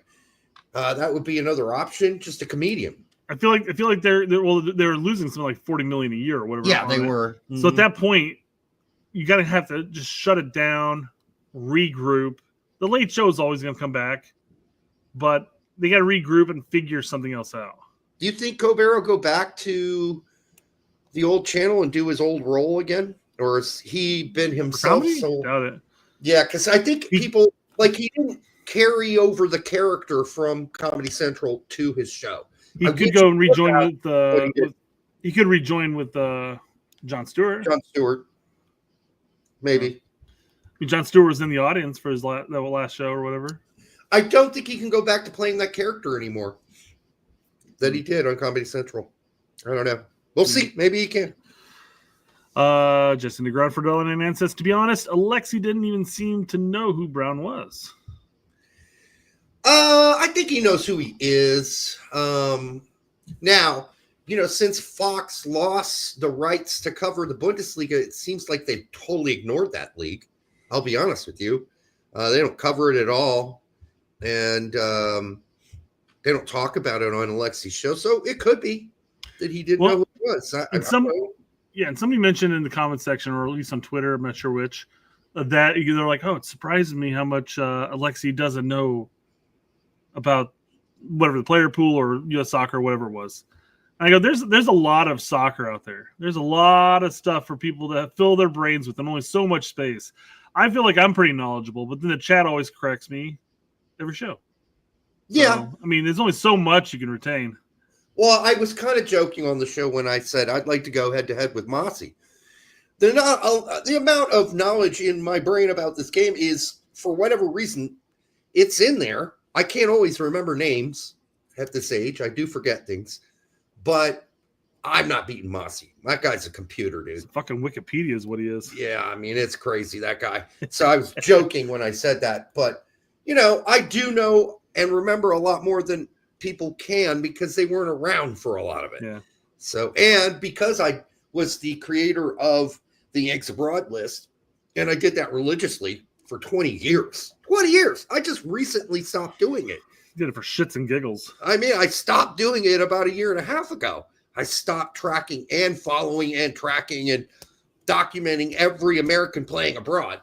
So at some point, I was just like, that's too much. It takes too much effort. It takes so much time. And now I've got the show with Brett twice a week. Yeah, I can't cover every American abroad anymore. I can't do it. Kevin Brenner says, the best thing about South Park is they insult everyone. They are equal opportunity abusing people. Love it. They have a very famous line from one of their episodes where I think it's Kyle or Clay, I'm not sure which one said it, but they basically said, hey, when it comes to offending people, it's either all okay or no, but nothing's okay. Yeah, no, it's got to all be okay. It's got to all be okay. So, everybody's on the chopping block when it comes to comedy. Is what absolutely has to be. You can't have some select group that's off limits. Everybody has to be a warranted, So, yep, everybody it should be made fun of. Everyone. That's what comedy was all about. Everyone and everything you should be skeptical about it and cynical in a comedic way. If you can, that's the best way to be skeptical and cynical is comedy. And South Park does a great job of that. Mm-hmm. So I hope they continue to hammer all sides. And I'm glad they got this show coming up on CBS. I think that's great. Mm-hmm. I think it's a quality show, and it has been for so long.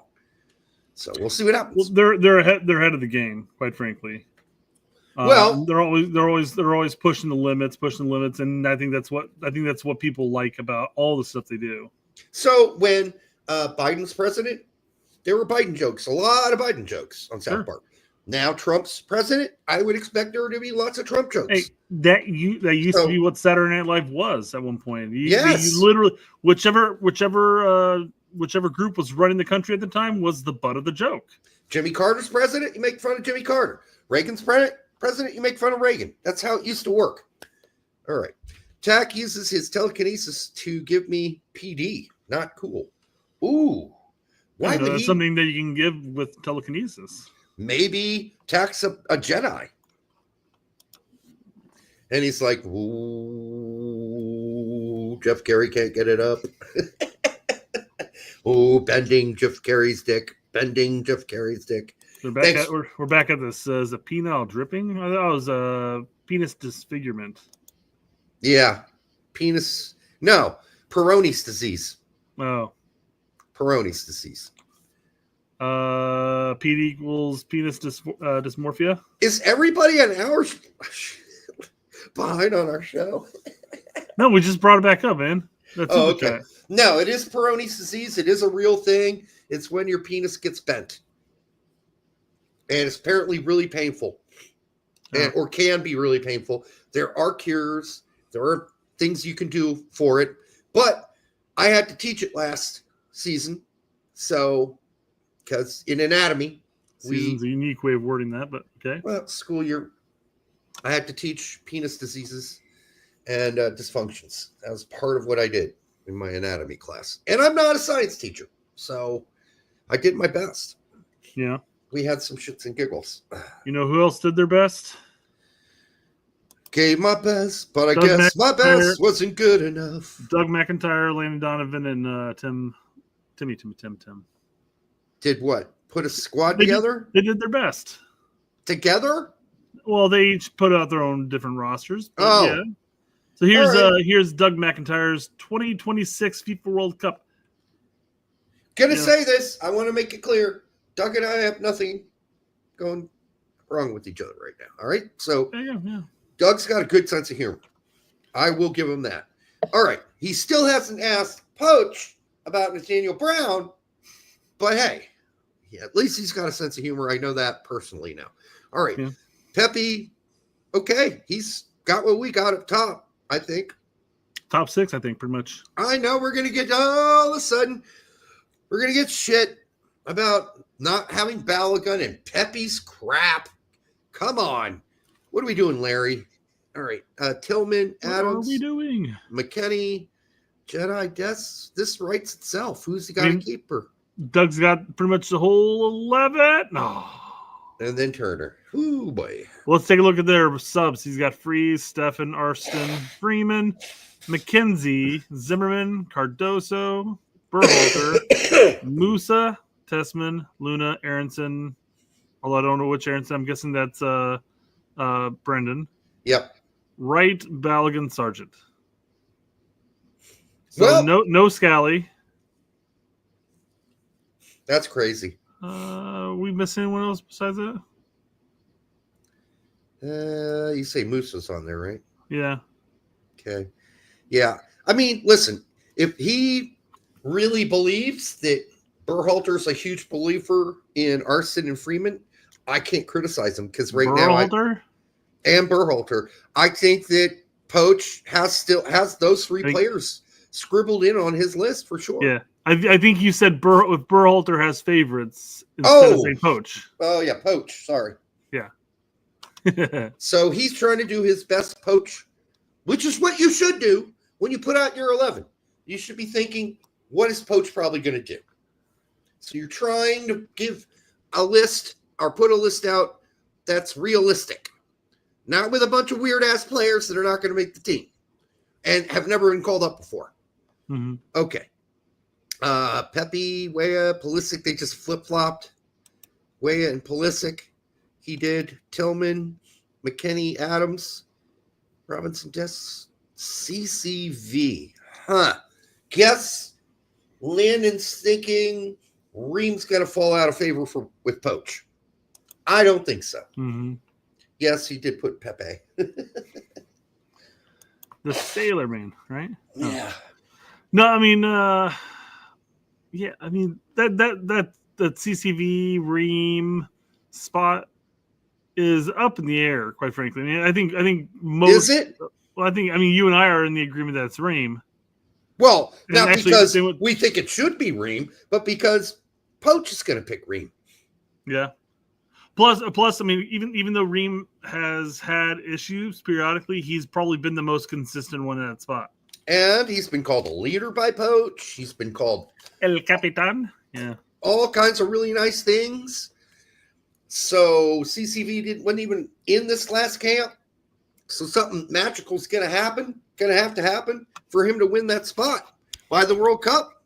Mm-hmm. Because otherwise, I just don't see Poach. Now, what you will notice in a lot of these, no Reyna and anywhere to be found in here. So everybody believes what I believe, which is right now, Reyna is out of the frame.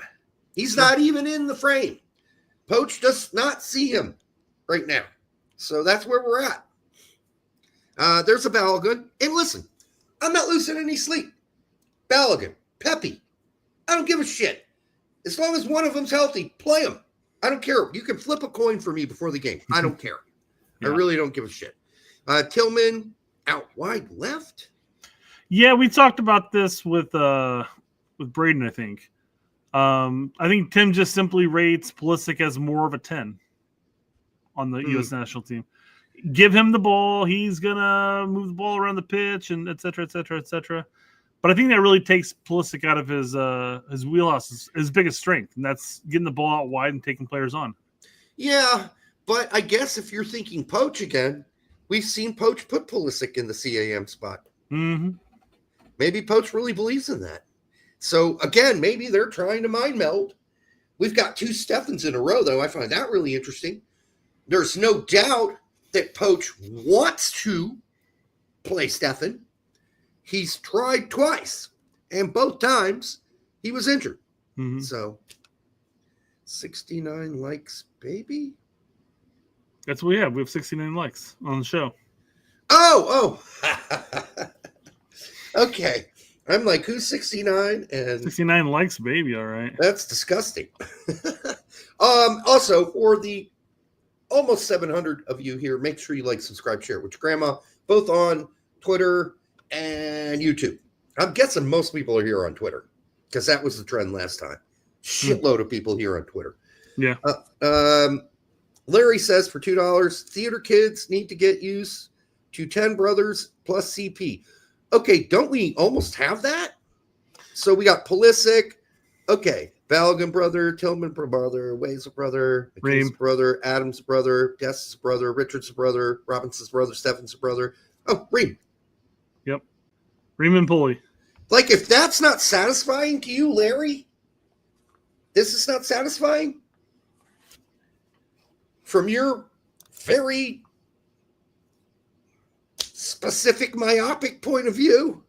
Yeah, okay, you should be really happy because this is probably pretty close to being very realistic.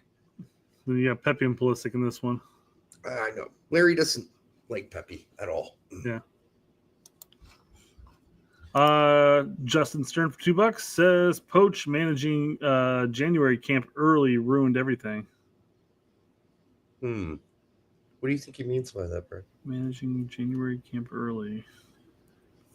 Like he was I don't know, early in his stint, maybe. He had a January camp in there. Oh, yeah. So he got, like, warped by, MLS. He got MLS. Yeah, he got MLS. Okay, yeah. I mean, listen.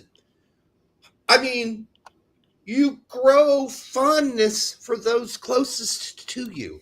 That's just how human nature is. So, yes, we're going to see, and I believe in September, all of the players who were in the starting 11 in that game versus Mexico at the Gold Cup, all of those, some of them we already knew were going to be there, like Richards, etc. All those guys are going to be in September. I guarantee it. Luna, all of them. Berhalter, they're all going to make the team. So, yes, being close to people makes the heart grow fonder for those people. And it was funny watching the interview before the MLS All-Star game, and all the players were asked, which one of you is closest to Poach? Which one of you is the teacher's pet for Poach? And they had to have an argument about it because it was Freeman, Berhalter, Arson, and one other player, Luna. And a lot of them thought Luna was Poach's teacher's pet. And then they said, no, Arson is. And then they all said, no, it's Berhalter. It's a funny argument. But in the end, I guess it came out, it's Berhalter because he's a coach's son too. So he knows how to kiss up to the boss, right? But funny seeing that none of them, there was really no consensus there on who was the teacher's pet. Which means, they all got along with Poach really well, and Poach likes those guys. So they'll all be in the September window, if I had to guess right now. That would be my guess. All right, Eldon Hasek, hi. How are you, Eldon? Thanks for the $5. Always good hearing from you. So it turns out Sargent is more of a private, and Mrs. Sargent is the general calling the shots on his career. I don't know if I'd frame it that way. They're a young family with a 2 or 3 year old. And that's a lot living overseas. And so, yeah, I'm not going to conjecture what the discussion was like or how it went. But we just need to respect it. I mean, obviously, a family decision is a family decision, and we all kind of have to live with that. I'm sure he made the argument, hey, this is going to be really good for our career. Lots of people in Germany speak English. And but, maybe her point of view was better or made more sense right now. Or maybe they just both agreed. Yeah, let's not do that. Let's stay where we're at. So I'm not going to be shocked at all if he just stays at Norwich. Yeah. Could happen. At least for this season. Yeah. Yep. A lot of people were thinking his girlfriend was German. No, he married his high school sweetheart, Josh Sargent. She's an American. And I believe she only moved in with him once he moved to England. I do not believe when he went to Germany originally with Werder Bremen, I do not believe she came over for that. I believe she Well, would visit. I don't think they were married at that point. He was only 18. No, I know. But yeah, she did visit him there, but she did not live with him there. And it wasn't until they were both over the age of 18 that she came to, and I believe that was when he was at Norwich. I believe is when she flew over. I'll have to check my memory on that one, but I believe that's what happened. Yeah. Then they got married, and then they had a kid. So there you go. Or did they get married at Werder Bremen, like at the end of his last stint? I thought maybe they did. I think she might have moved in there at the very end of his stint at Werder Bremen. Boy, I don't know. I remember seeing the tweets and all that. The timing it's not clear in my brain. My first time really taking a look. I mean, I had no idea. I mean, I probably whenever he had a kid, we probably pulled up the wife, but I didn't. Yeah. I couldn't think of what she looked like off the top of my head. Oh, if you put in Josh Sargent's wife in Google, it comes up. Yep, that's just what I did. She's beautiful. All right, do they have 2 kids? I didn't know they had 2. They have 2? I thought it was 1. I don't know. I thought they only had the one. They have one kid. The one kid in some of the photos looked older than I would have thought, age-wise, from what we saw. But then there's a newer one. I don't know. Doesn't matter. He got 45 for all I care. Right. He made his decision. Fumar says she's preggo now. I don't know. I haven't asked that. I saw a photo of her being preggo, but I had no idea if that was 2-3 years ago or if that was now. Okay. I didn't dive in. I have better things to do with my life. Point being, they have their reasons. They have made their decision. I think there's a good chance he stays at Norwich. Is there a chance that Norwich accept either Burnley or Leeds offers? No, not until they match Wolfsburg's offer. Yeah, Fumar says she's preggo and doesn't want to leave now that she's pregnant. Jackie D says pictures of her very pregnant with 1 kid. There you go. So that at least adds more context if that's the case. Yep. I mean, that's if you're very pregnant, that's not something you necessarily want to be doing, is trying to get situated and moving in to a new country. This minute, especially if there are any complications. Yeah. And I know you probably know this, there always are. Some minor ones or bigger ones. You know, I don't remember there being, I mean, my parents can attest to this too, because my mom had, I can't remember what it's called, an affliction at the time, which could have made me come out, as they said at the time, retarded. That's the word they used back then. Some will say I am. So there we go. Fetal alcohol syndrome or whatever? No. It's like Rabona. God damn it. I can only remember the word Rabona. I don't know why, and that's not the word. So rubella. She had rubella. My mom had rubella when she was pregnant with me. And then my brother had other complications. Right? Yeah. And then Nick had his complications. So when he was born. I don't know. Do you have any complications? I don't think I had any when I was born. No, so Jackson was so on Jackson's pregnancy, or Evie's pregnancy with Jackson, it was like the easiest pregnancy ever. Oh, so his complications started after he was She didn't have any problems with, she didn't have any problems. But then she went into labor, and she was like 26 hours into labor before. That's crazy. We've got to do this now. We've got to pull. They couldn't even induce labor. They had to do a C-section at that point. Yeah. And then Charlie's pregnancy was the polar opposite. It was like a horrible pregnancy. Yeah. But the actual giving birth was simple because she already had a C-section. So we just scheduled the time. Done. You know. Derek was drinking in the womb. What if I could have? He's got his little martini glass, pinky up in the air. In the What if I could have? All right. Do we have anything else left on the show? But that's all, folks. All right. Hey, we got through 2 hours. I didn't even know it was 2 hours and 4 minutes. Wow. Cool. Like I say. All right, guys. For everybody that came out tonight, almost 700 of you, want to appreciate it. That's more people that came out for the Alexi show. That's kind of crazy. Yeah. I mean, I know the show picked up at the end, but yeah, I don't think we got up to 671 yet. Thursday show's becoming more popular than the Monday show, which I really don't understand that, but okay, we love it. Mm-hmm. Hey, thanks to every of you and all of you that came out and joined us tonight. We will be back on Monday. I don't know. Let's hope some stuff comes out. I would say it's going to be a lot of the same topics, really, just more news about it. Yeah. I know P. Morton saying Alexi's annoying. He wasn't annoying with us. I don't know. Watch it. I think a lot of people just pull up his social medias, his Twitter feeds, and really base their assessment on that. But in our show, yeah, there's nothing about it. I mean, he had his opinions on certain things, and they were all perfectly fine. Yeah.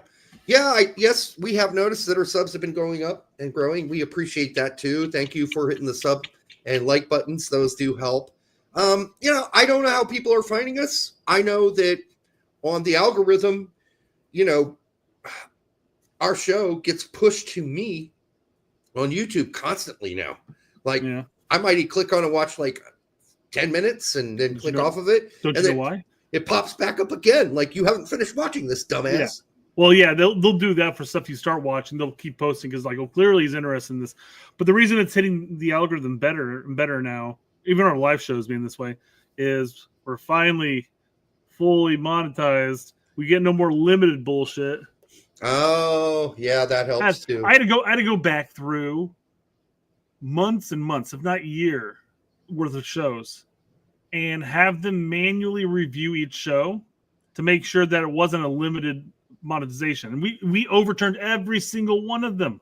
Good job. They're all on now. Now every time I turn monetization on, it goes straight to on and stays on. Well done, Brett. So the secret hero on this show, by the way, if you didn't know it, is Brett. You're welcome. All right. We'll be back on Monday. Until then, have a great weekend, guys. We'll see you soon.